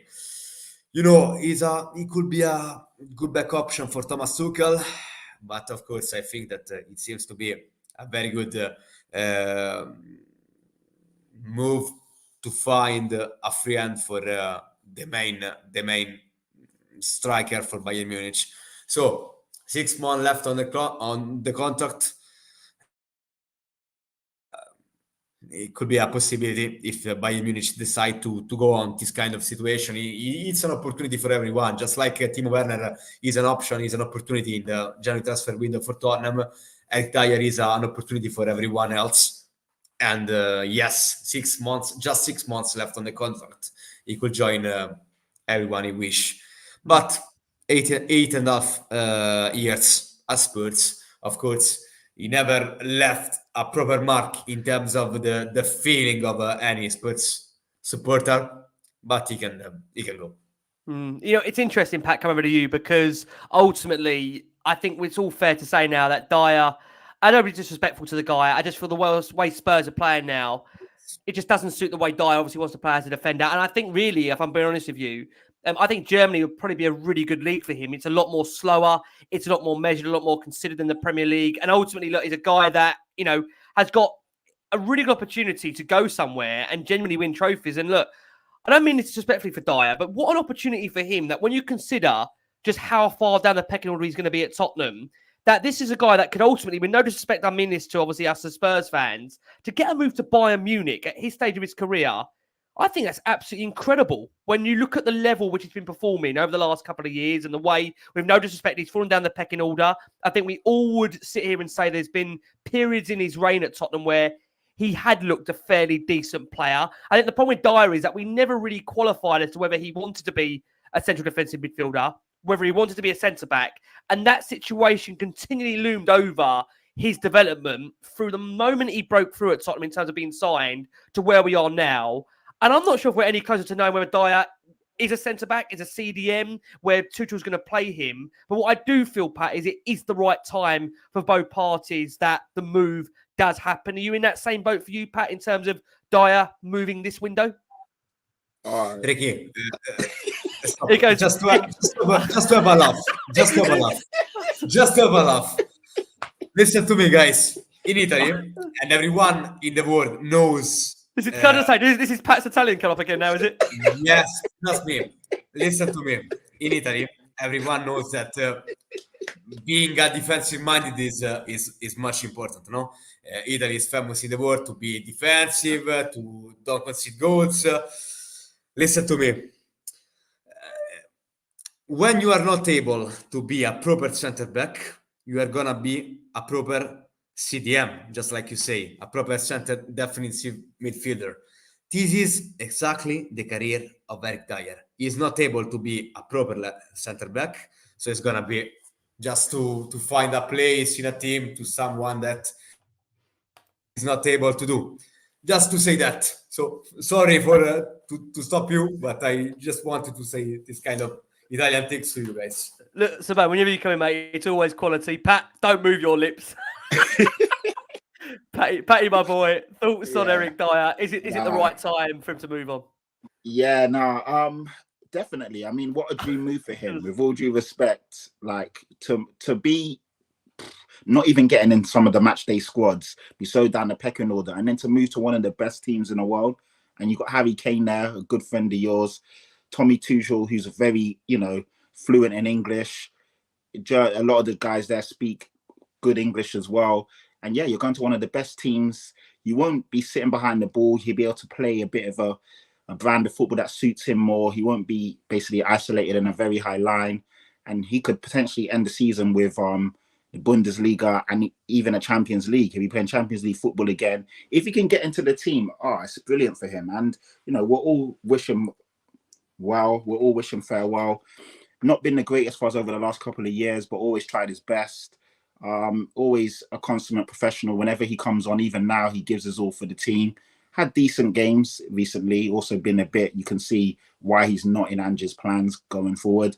But yeah, it'd be brilliant. A brilliant move for everyone. And, I never want to see someone leave, unless they're an absolute arsehole. I never want to see someone leave here and not do well. I always want to see people enjoy their football. You can see at the moment, like, you know, when he come in, when he was getting camcorded and he said, "Oh, why are you recording me? You're not going to use it." You could see that stuff like that. You know, it's sad, isn't it? It's like, no matter how much you think or don't like a player, you don't want to see them that low. And we want to see everyone enjoy themselves. He's given a lot to Tottenham. He was a good player. You know, in his peak, he was brilliant.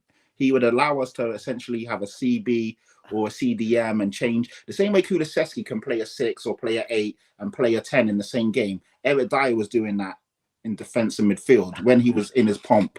So, so yeah, no, I mean, I wish him all the best. I mean, he started as a right back, first game against West Ham, where we scored late in injury time, and then obviously moved to CB. I honestly think that his legs went and he wasn't honest, and then obviously that's why he decided to drop back.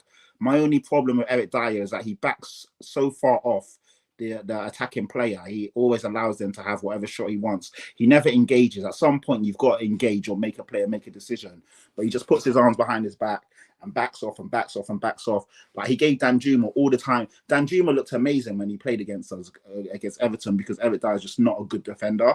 But if he can go to Bayern Munich and you know, put a shift in, link up with Harry Kane again and do well, fantastic. And it also gets him off our books, because it seems no one's really interested in him. And maybe Bayern Munich coming in for him will kind of alert other teams to give him some attention. And yeah, as long as he can go, we need to clear the deadwood. And we've been a team that struggled to get rid of certain players, and they've stayed a bit longer than we would all like. So yeah, credit to him. Nice guy, you know, was really good for us in a moment when he was in that England team, and he was scoring and the main part of the, you know, the England team and our setup. He was brilliant. Obviously, it's not gone the way we would have all liked, but it is what it is. Yeah, so hopefully we can get rid of him in this window and bolster our squad, because that's all I care about. I just care about Tottenham being better. I care about Tottenham improving. And if he goes and we can get someone else in, then happy days. Spot on. Just on that point, Lee, look, I've got to say, I thought what was quite interesting and quite honest from Ange was obviously in that presser, obviously after the Burnley game, in which he was asked the question, quite blunt and direct, you know, can you afford to lose Eric Dier on the back of Ben Davies being injured?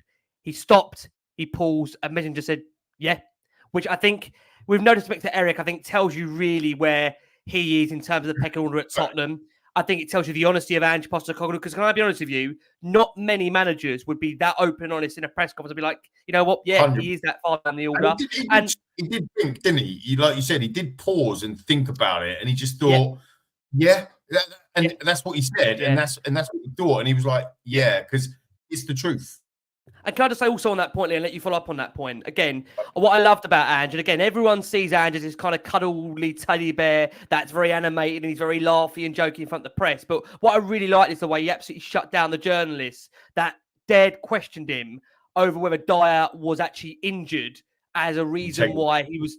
And he said, look, don't question my integrity. I'm telling you he was injured. And if you don't like my answer, you can go and ask Eric yourself, which I think as a whole there, Lee, tells you everything about Postecoglou as a character. He's a lovely guy. He'll be jokey with you, but don't question the man. If he's told you he's injured, and respect the manager, right? And I think, again, that just shows you with Ange, happy to have a joke, but utterly ruthless when you need to be and want to be. So for you, Lee, Eric Dier, where do we stand? Is it the right time for this to obviously happen and move on? Yeah, look, I mean, I think I agree with all your comments on Ange, absolutely. And I think that is what a quality leader does. He doesn't lead, if you like, with an iron fist and with fear. But equally, you know he's the boss, you know he's the leader, and you know if you cross that particular line. And he's got this. It is a skill, guys. I've worked with a lot of people. I'm sure we all have lots of different leaders, lots of different managers over the years, whatever. You kind of mold yourself on them when you become a manager or a leader, and so on and so forth in your career. And it is a skill. It's a skill what Ange's got, is to kind of bring that together and still be able to command that utter respect and know when to draw the line, but also to be able to have a laugh and that type of thing as well. It's like you said, he's not that cuddly bear. He's almost like, I don't want to say the parent because that's not right either, but he's kind of he was just a brilliant leader. He's a football manager. That's what he is. He's a football man. He's a football manager. He's a football leader, and it's brilliant to have him part of our club. I think, is it the right time for Eric Dier? I think, if I'm really honest, I don't mean this rude, but the right time for Eric Dier was about 18 months ago, in my opinion. And you know, the fact that he kind of stuck around, he should have moved on in the summer. But when you look at it from a purely human perspective, this nine years of his life, as Patrick just said, I mean, he started as a right back against West Ham, scored a 93-minute winner, and then he played most of his career, certainly under Poch, as a central midfield player, as an enforcer, as a destroyer, as a number 6, and he was brilliant. He was really good in that role. Very, very good. I think he got a lot of stick as well. We had Wanyama sometimes next to him.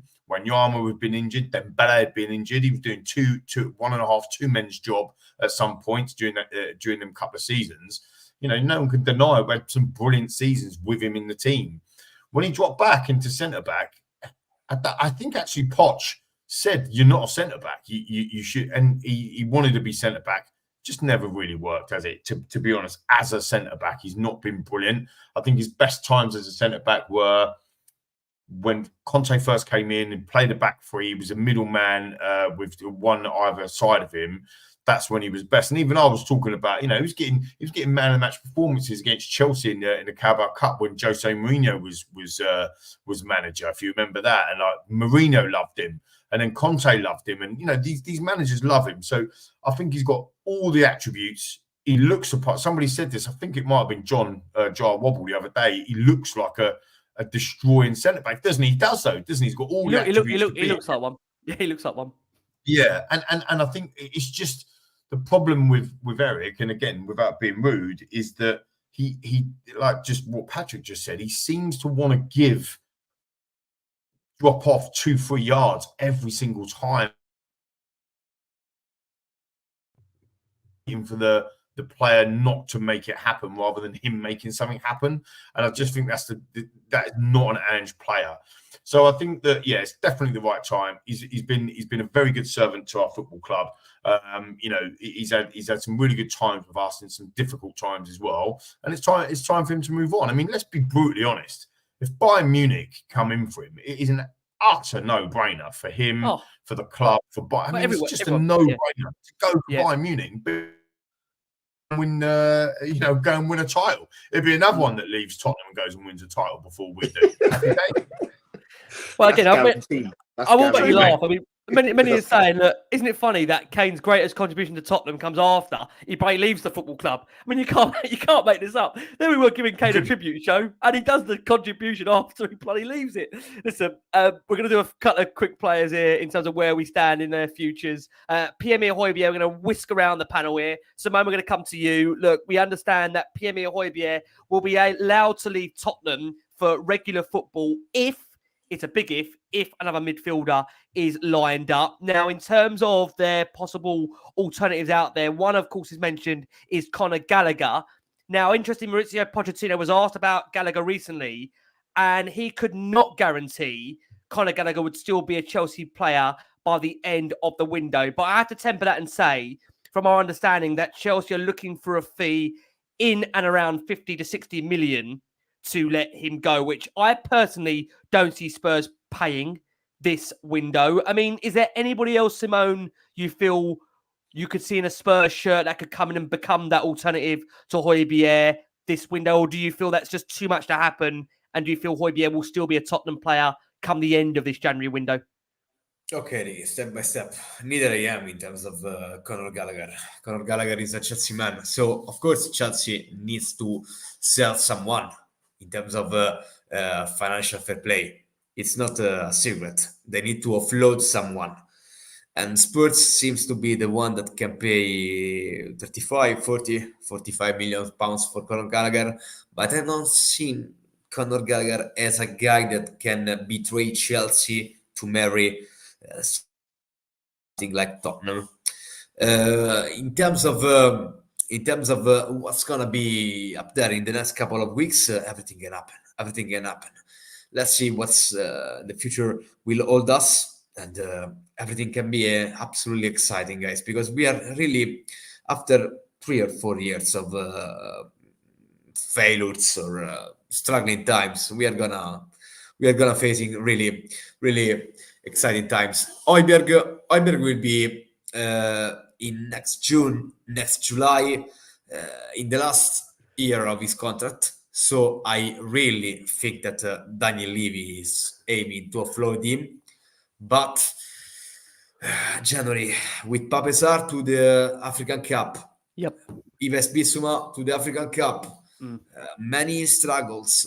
James Maddison still to recover of injury.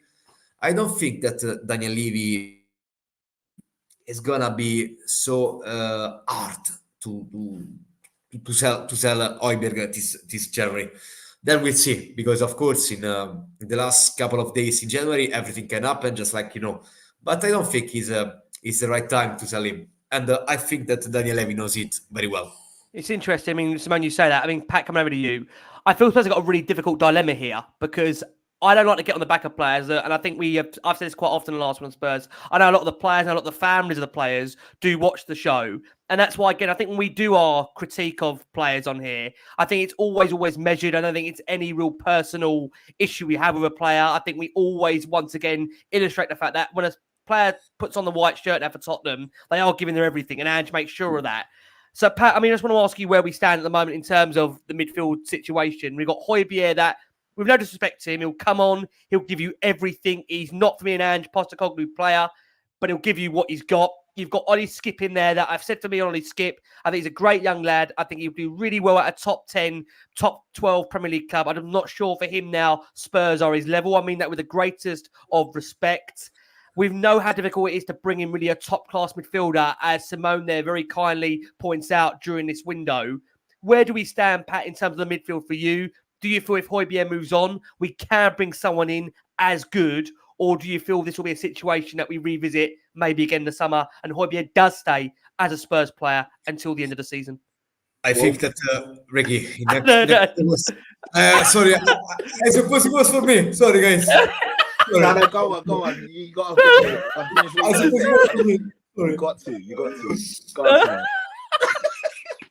I can't take this. I'm a John Wobble now. What are you guys doing to me? Is this been a setup? Yeah, okay. Someone, honestly, you can come in. You can come in. You want to come in there? You want to come in there? Someone come in. No, go on, Patty. Go on, Patty. I can't deal with this. What a show. What a panel. You know what? Pochettino come out the other day, they asked him, they said, will Conor Gallagher still be here at the end of the window? And he said, I can't confirm anything. It's up to the player, it's up to the club. So there's obviously, it's really weird because he's been, other than Cole Palmer, he's been their best player. He's their captain. Every time I watch Chelsea, even though I don't think they're good, he always has a solid game. He's much more dynamic and better than the midfield options of Skip and Højbjerg. We know that there are teams that are interested in Højbjerg, good teams. I think Højbjerg is a decent player. When I see him play for Denmark, he looks good. He's looked good in other managers' systems, but he doesn't look good in this system. Honestly, it's just a step too far for him and Skip. So if we can, essentially, if the other teams are serious about Højbjerg and we actually really want to show some ambition, put the 35 or 40 million down and go and get Conor Gallagher. Like, sometimes you got to show ambition. Sometimes you got to force other teams' hands. People say, Chelsea may not sell to us. Chelsea and Tottenham don't do business. But this is a new era. They've got Todd Bowley and Egbali there as the guys that are running their transfer, business. And I don't think they actually care, really, realistically. They need to, for FFP reasons, they need to get some money in. And for them, the best way to do that is to sell homegrown players, academy products, because it's full profit.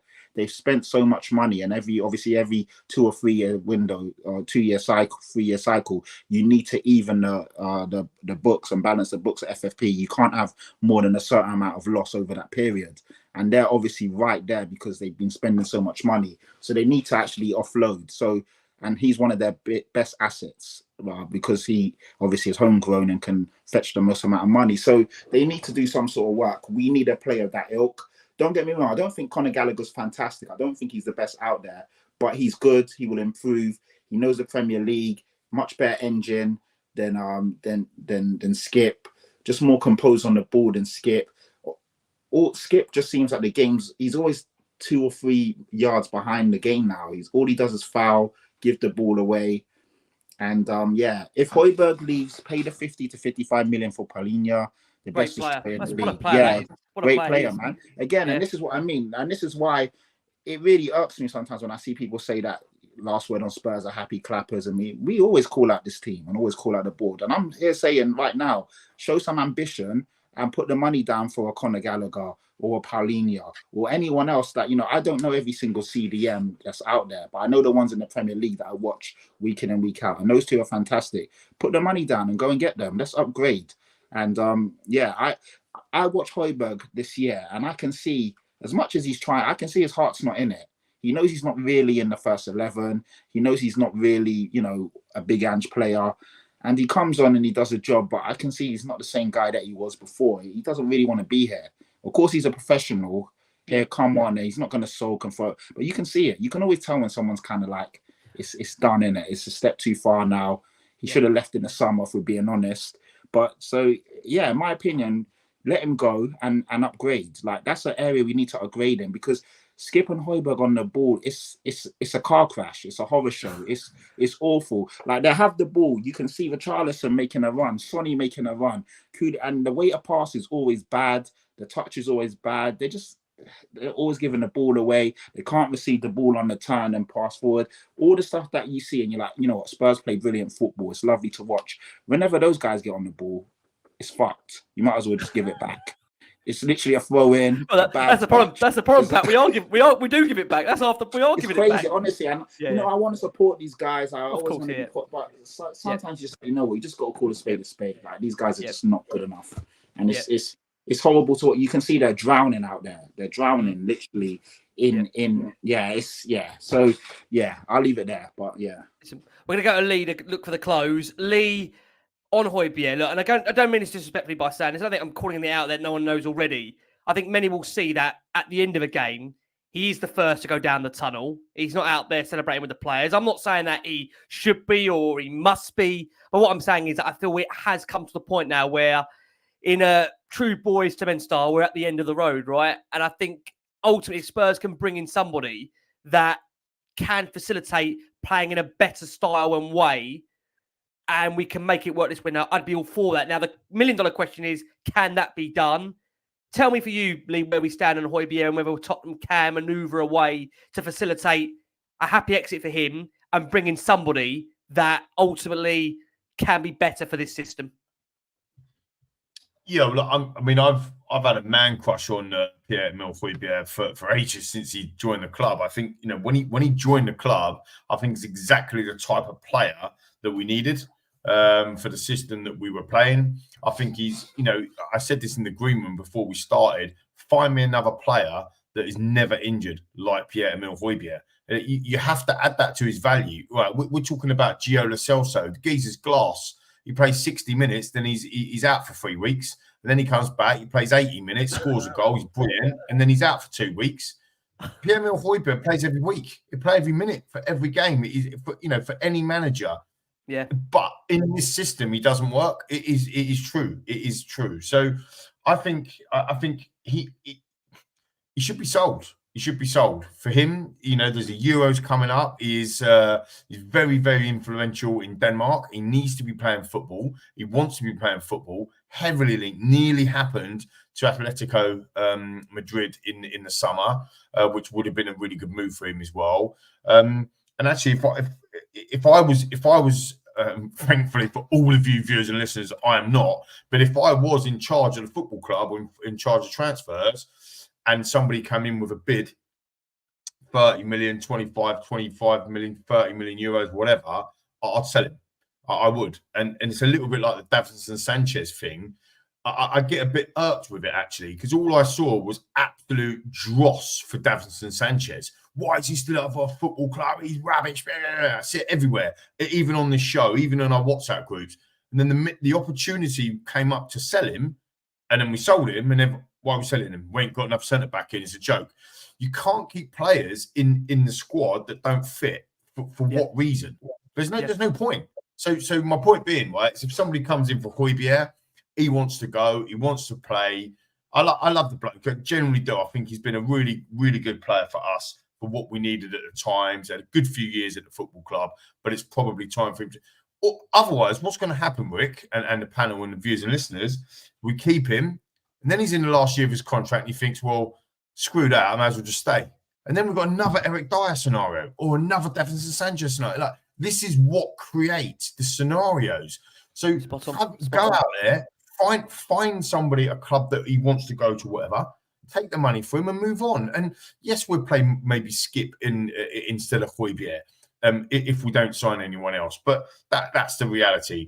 I think on the Conor Gallagher point, I just can't see that ever happening. The guy is a captain of Chelsea who are going into a semi-final against Middlesbrough, clearly going to go beat Middlesbrough. No disrespect to one of our ex-players, Michael Carrick, who's their manager, but they're going to beat Middlesbrough over 2 legs. Potts will do it. He will take them to a Wembley final, and Conor Gallagher has a chance to lift the trophy for his boyhood club. I'm sorry, there's no way on this planet he's coming to haters Tottenham. It's not going to happen. So regardless of how much the rumours are, and I would be very happy to completely have egg on my face and he signs for us, because I think he would be, in Ange's system, brilliant. I think he'd be absolutely brilliant. You're talking Papa Matasar vibes in terms of energy and press. The engine. It's the engine, isn't it? I think, the engine, the press is excuse the stupid phrase here, but very impressive. See what I did? But it is very impressive. He's, Conor Gallagher is really high press, and that's exactly what Ange wants. So I think tactically it'd be a good move for him from a point of view of reasons. I think, obviously, he's British, he's English, so there's a premium on him. 50 million, 55 million seems a bit harsh, but you get the Conor Gallagher of Crystal Palace, and you are getting an absolutely brilliant young. Look, I think is he English or Scottish? I don't even know now. English. English. Yeah, I shouldn't say that. I should have been. I mean, you tried your best to convert him there, but he's English. I did. He can convert. But look, I think at the end of the day, I can't see that happening. There's other names in the chat that people are putting up. I don't know about the midfielders, but I suppose I would flip it and say this. I know you're conscious of time, Mick, for another bingo card, but I would flip it and say this. If you was to get rid of Pierre-Emile Højbjerg and not sign Conor Gallagher, or even if you was to bring Gallagher in, who's your first starting 3 in midfield? I mean, the Tottenham feed, a good friend of ours, friend of the show, he put that out on Twitter earlier. Who's your best midfield? Because now you've got Decky that's been playing in there. You've got Maddison that's coming back. Bentancur, you could probably argue is the best 6 anyway. Maybe outside of Rodri.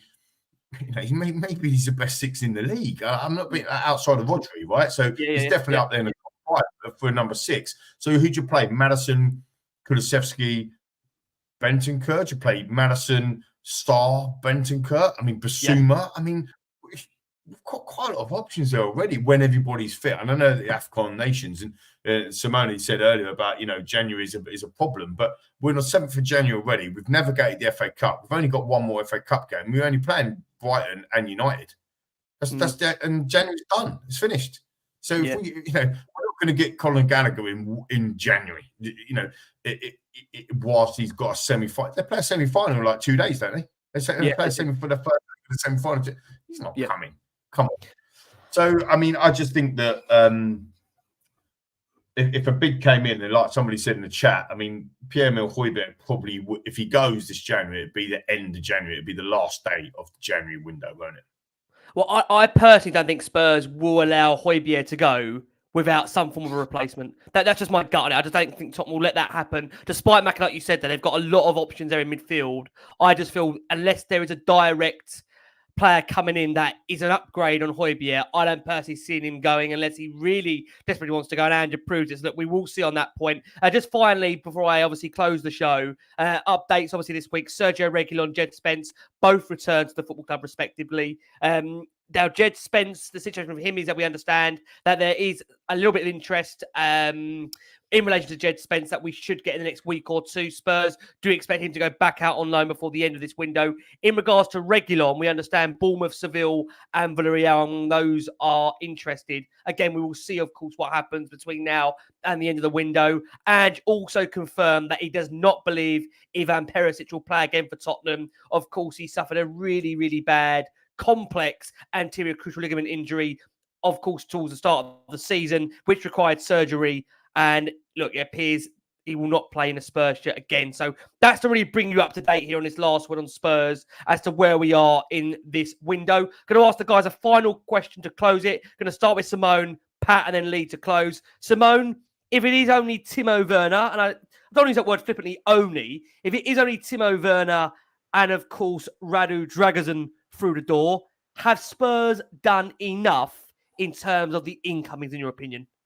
Yes, in terms of comparing with the other winter transfer window for Tottenham in the recent couple of years, for me they will do enough to reinforce the squad, because another era, another cycle has started with Big Ange. So I would be very happy. Of course, it's not a secret that Tottenham are searching for a strong striker for the next June, but it's gonna be a speech for the next June. Santiago Jimenez or people like that for the next June. It's not a secret that it's gonna be very, very difficult to find a backup, to find a substitution for one of the greatest, just like Harry Kane. So I would be very happy with both Dragusin and Timo Werner, of course.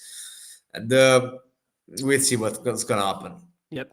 Simone, I mean what I say, mate, it's been a genuine pleasure having you back on. The amount of people, I've got to say, that always ask me about when you're coming back on, when we can make it work. We always try and get you in around the window period. So, mate, thank you so much. Always a pleasure. Where can people find the wonderful work you do in the footballing community?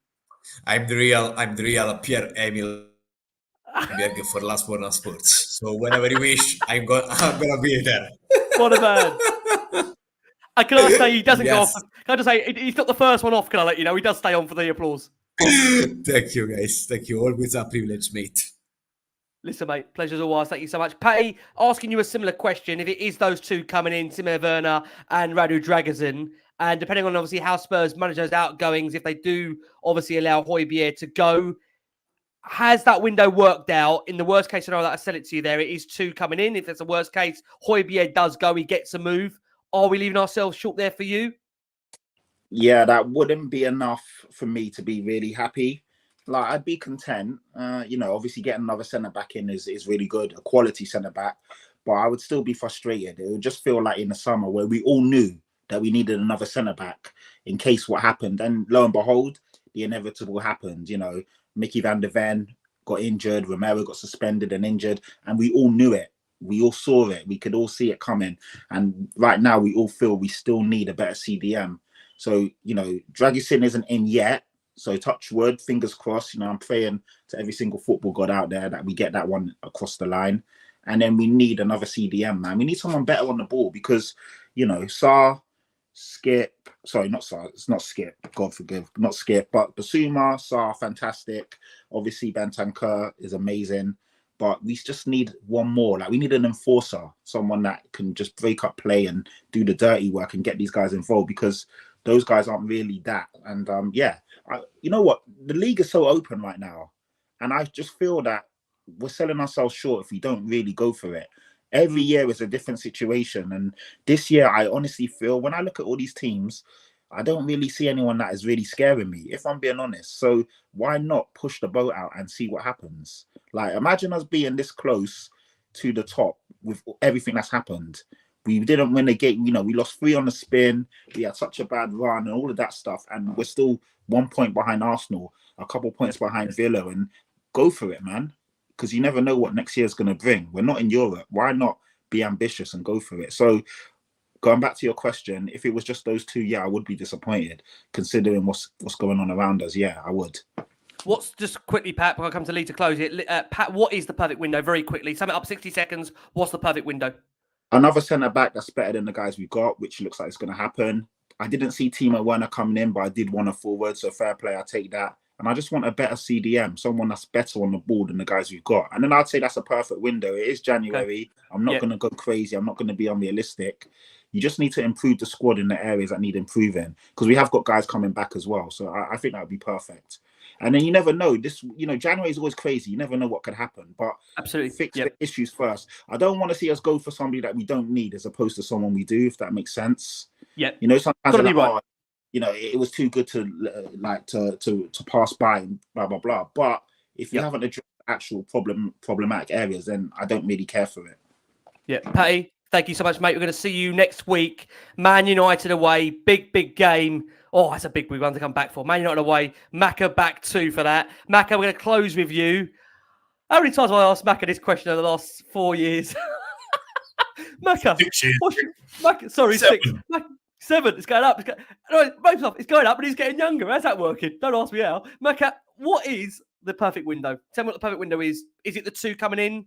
Tell me what it is for you. What's the perfect window to close it? I think it's hard to know. Hard for me, the perfect window. I think it is probably a forward player, a centre back, and maybe another midfielder. But I actually think getting some of these players out as well is really important. And just so big on character, absolutely massive on character. My technology business is all about data based on character, personality, profile, behaviours. This is what Ange is so massive at. And so many people go mad with the data now, which is brilliant. But the data around kind of statistics around playing, goals, assists is very different data to who you are as a person, who you are as a human. How can you handle pressure? How can you handle certain situations? How are you going to be able to grow into a team? This is all the stuff that Ange talks about in terms of characters, why he's such a brilliant manager, in my opinion, and aligned with a lot of the stuff, my core beliefs as well, which is why I'm loving him. So, I think that, when there's some characters in the team that aren't playing every week, you can say they're model professionals and they get on with it. But the reality of the situation is that even if they're offered by 5 or 10%, that can have an effect. So I think the perfect window for me is that we have 100% get a centre back through the door ASAP. That was my massive priority. It's all of our priorities. It's Big Ange's priority. He even said it in the summer.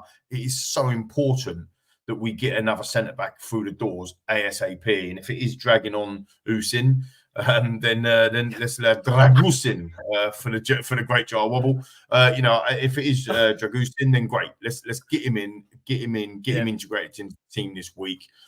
Timo Werner, we've done him to death, and fair play that he's coming in. I would be okay. I'm similar to Pat. I'd be okay if that was a 2.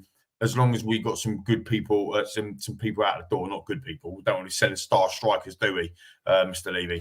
But no, I mean, if we can get some players like Eric Dier off the books, some of these people that are coming back from loan is a bit of a worry for me, Rick. Just having him around the cab, Macca. Having him around the cab. Yeah, exactly. There's a whole character thing. So, there's a lot of work to do. Look, we keep talking about Daniel Levy. When a transfer goes well, we talk about Big Ange or we talk about Perišić. When a transfer is going wrong, we talk about Daniel Levy. It's slightly skewed and slightly unfair when we're not even talking about Justin Land. We're not talking about, the Gabbiadini, is he in, is he out? Like, all these people have got something to do with the transfers. But, ultimately, Daniel is the money man, right? So, and going back to your comments quickly earlier when you said about pay the money, what happens if we could get Conor Gallagher for 55 million, but we've already spent 30 million and we only need another 2 or 3 million or whatever it was, and we didn't bother doing the Gallagher deal because we had to spend it on the Genoa guy when we knew that the Genoa guy, Dragusin, we could have got him less if we'd have just waited a day or 2 days. I'm not trying to stick up for the board here. I'm just saying, that's sometimes how it works. And let's be fair, you're well across transfers more than I am, Rick. But has anybody in the Premier League signed anyone yet? There's no. Listen, I think we all know this window is not going to be anywhere near what it has been in previous Januaries, right? It's not going to be. But my point actually wasn't just that. My point was, when one person goes, that's when it's a domino effect. Yeah. And actually, Spurs being talked about, we have signed Timo Werner, right? It's not, he ain't got a holding up shirt, but we know it's happening. We're going to be the first Premier League club to make a January signing. Like, what's that all about? That's weird.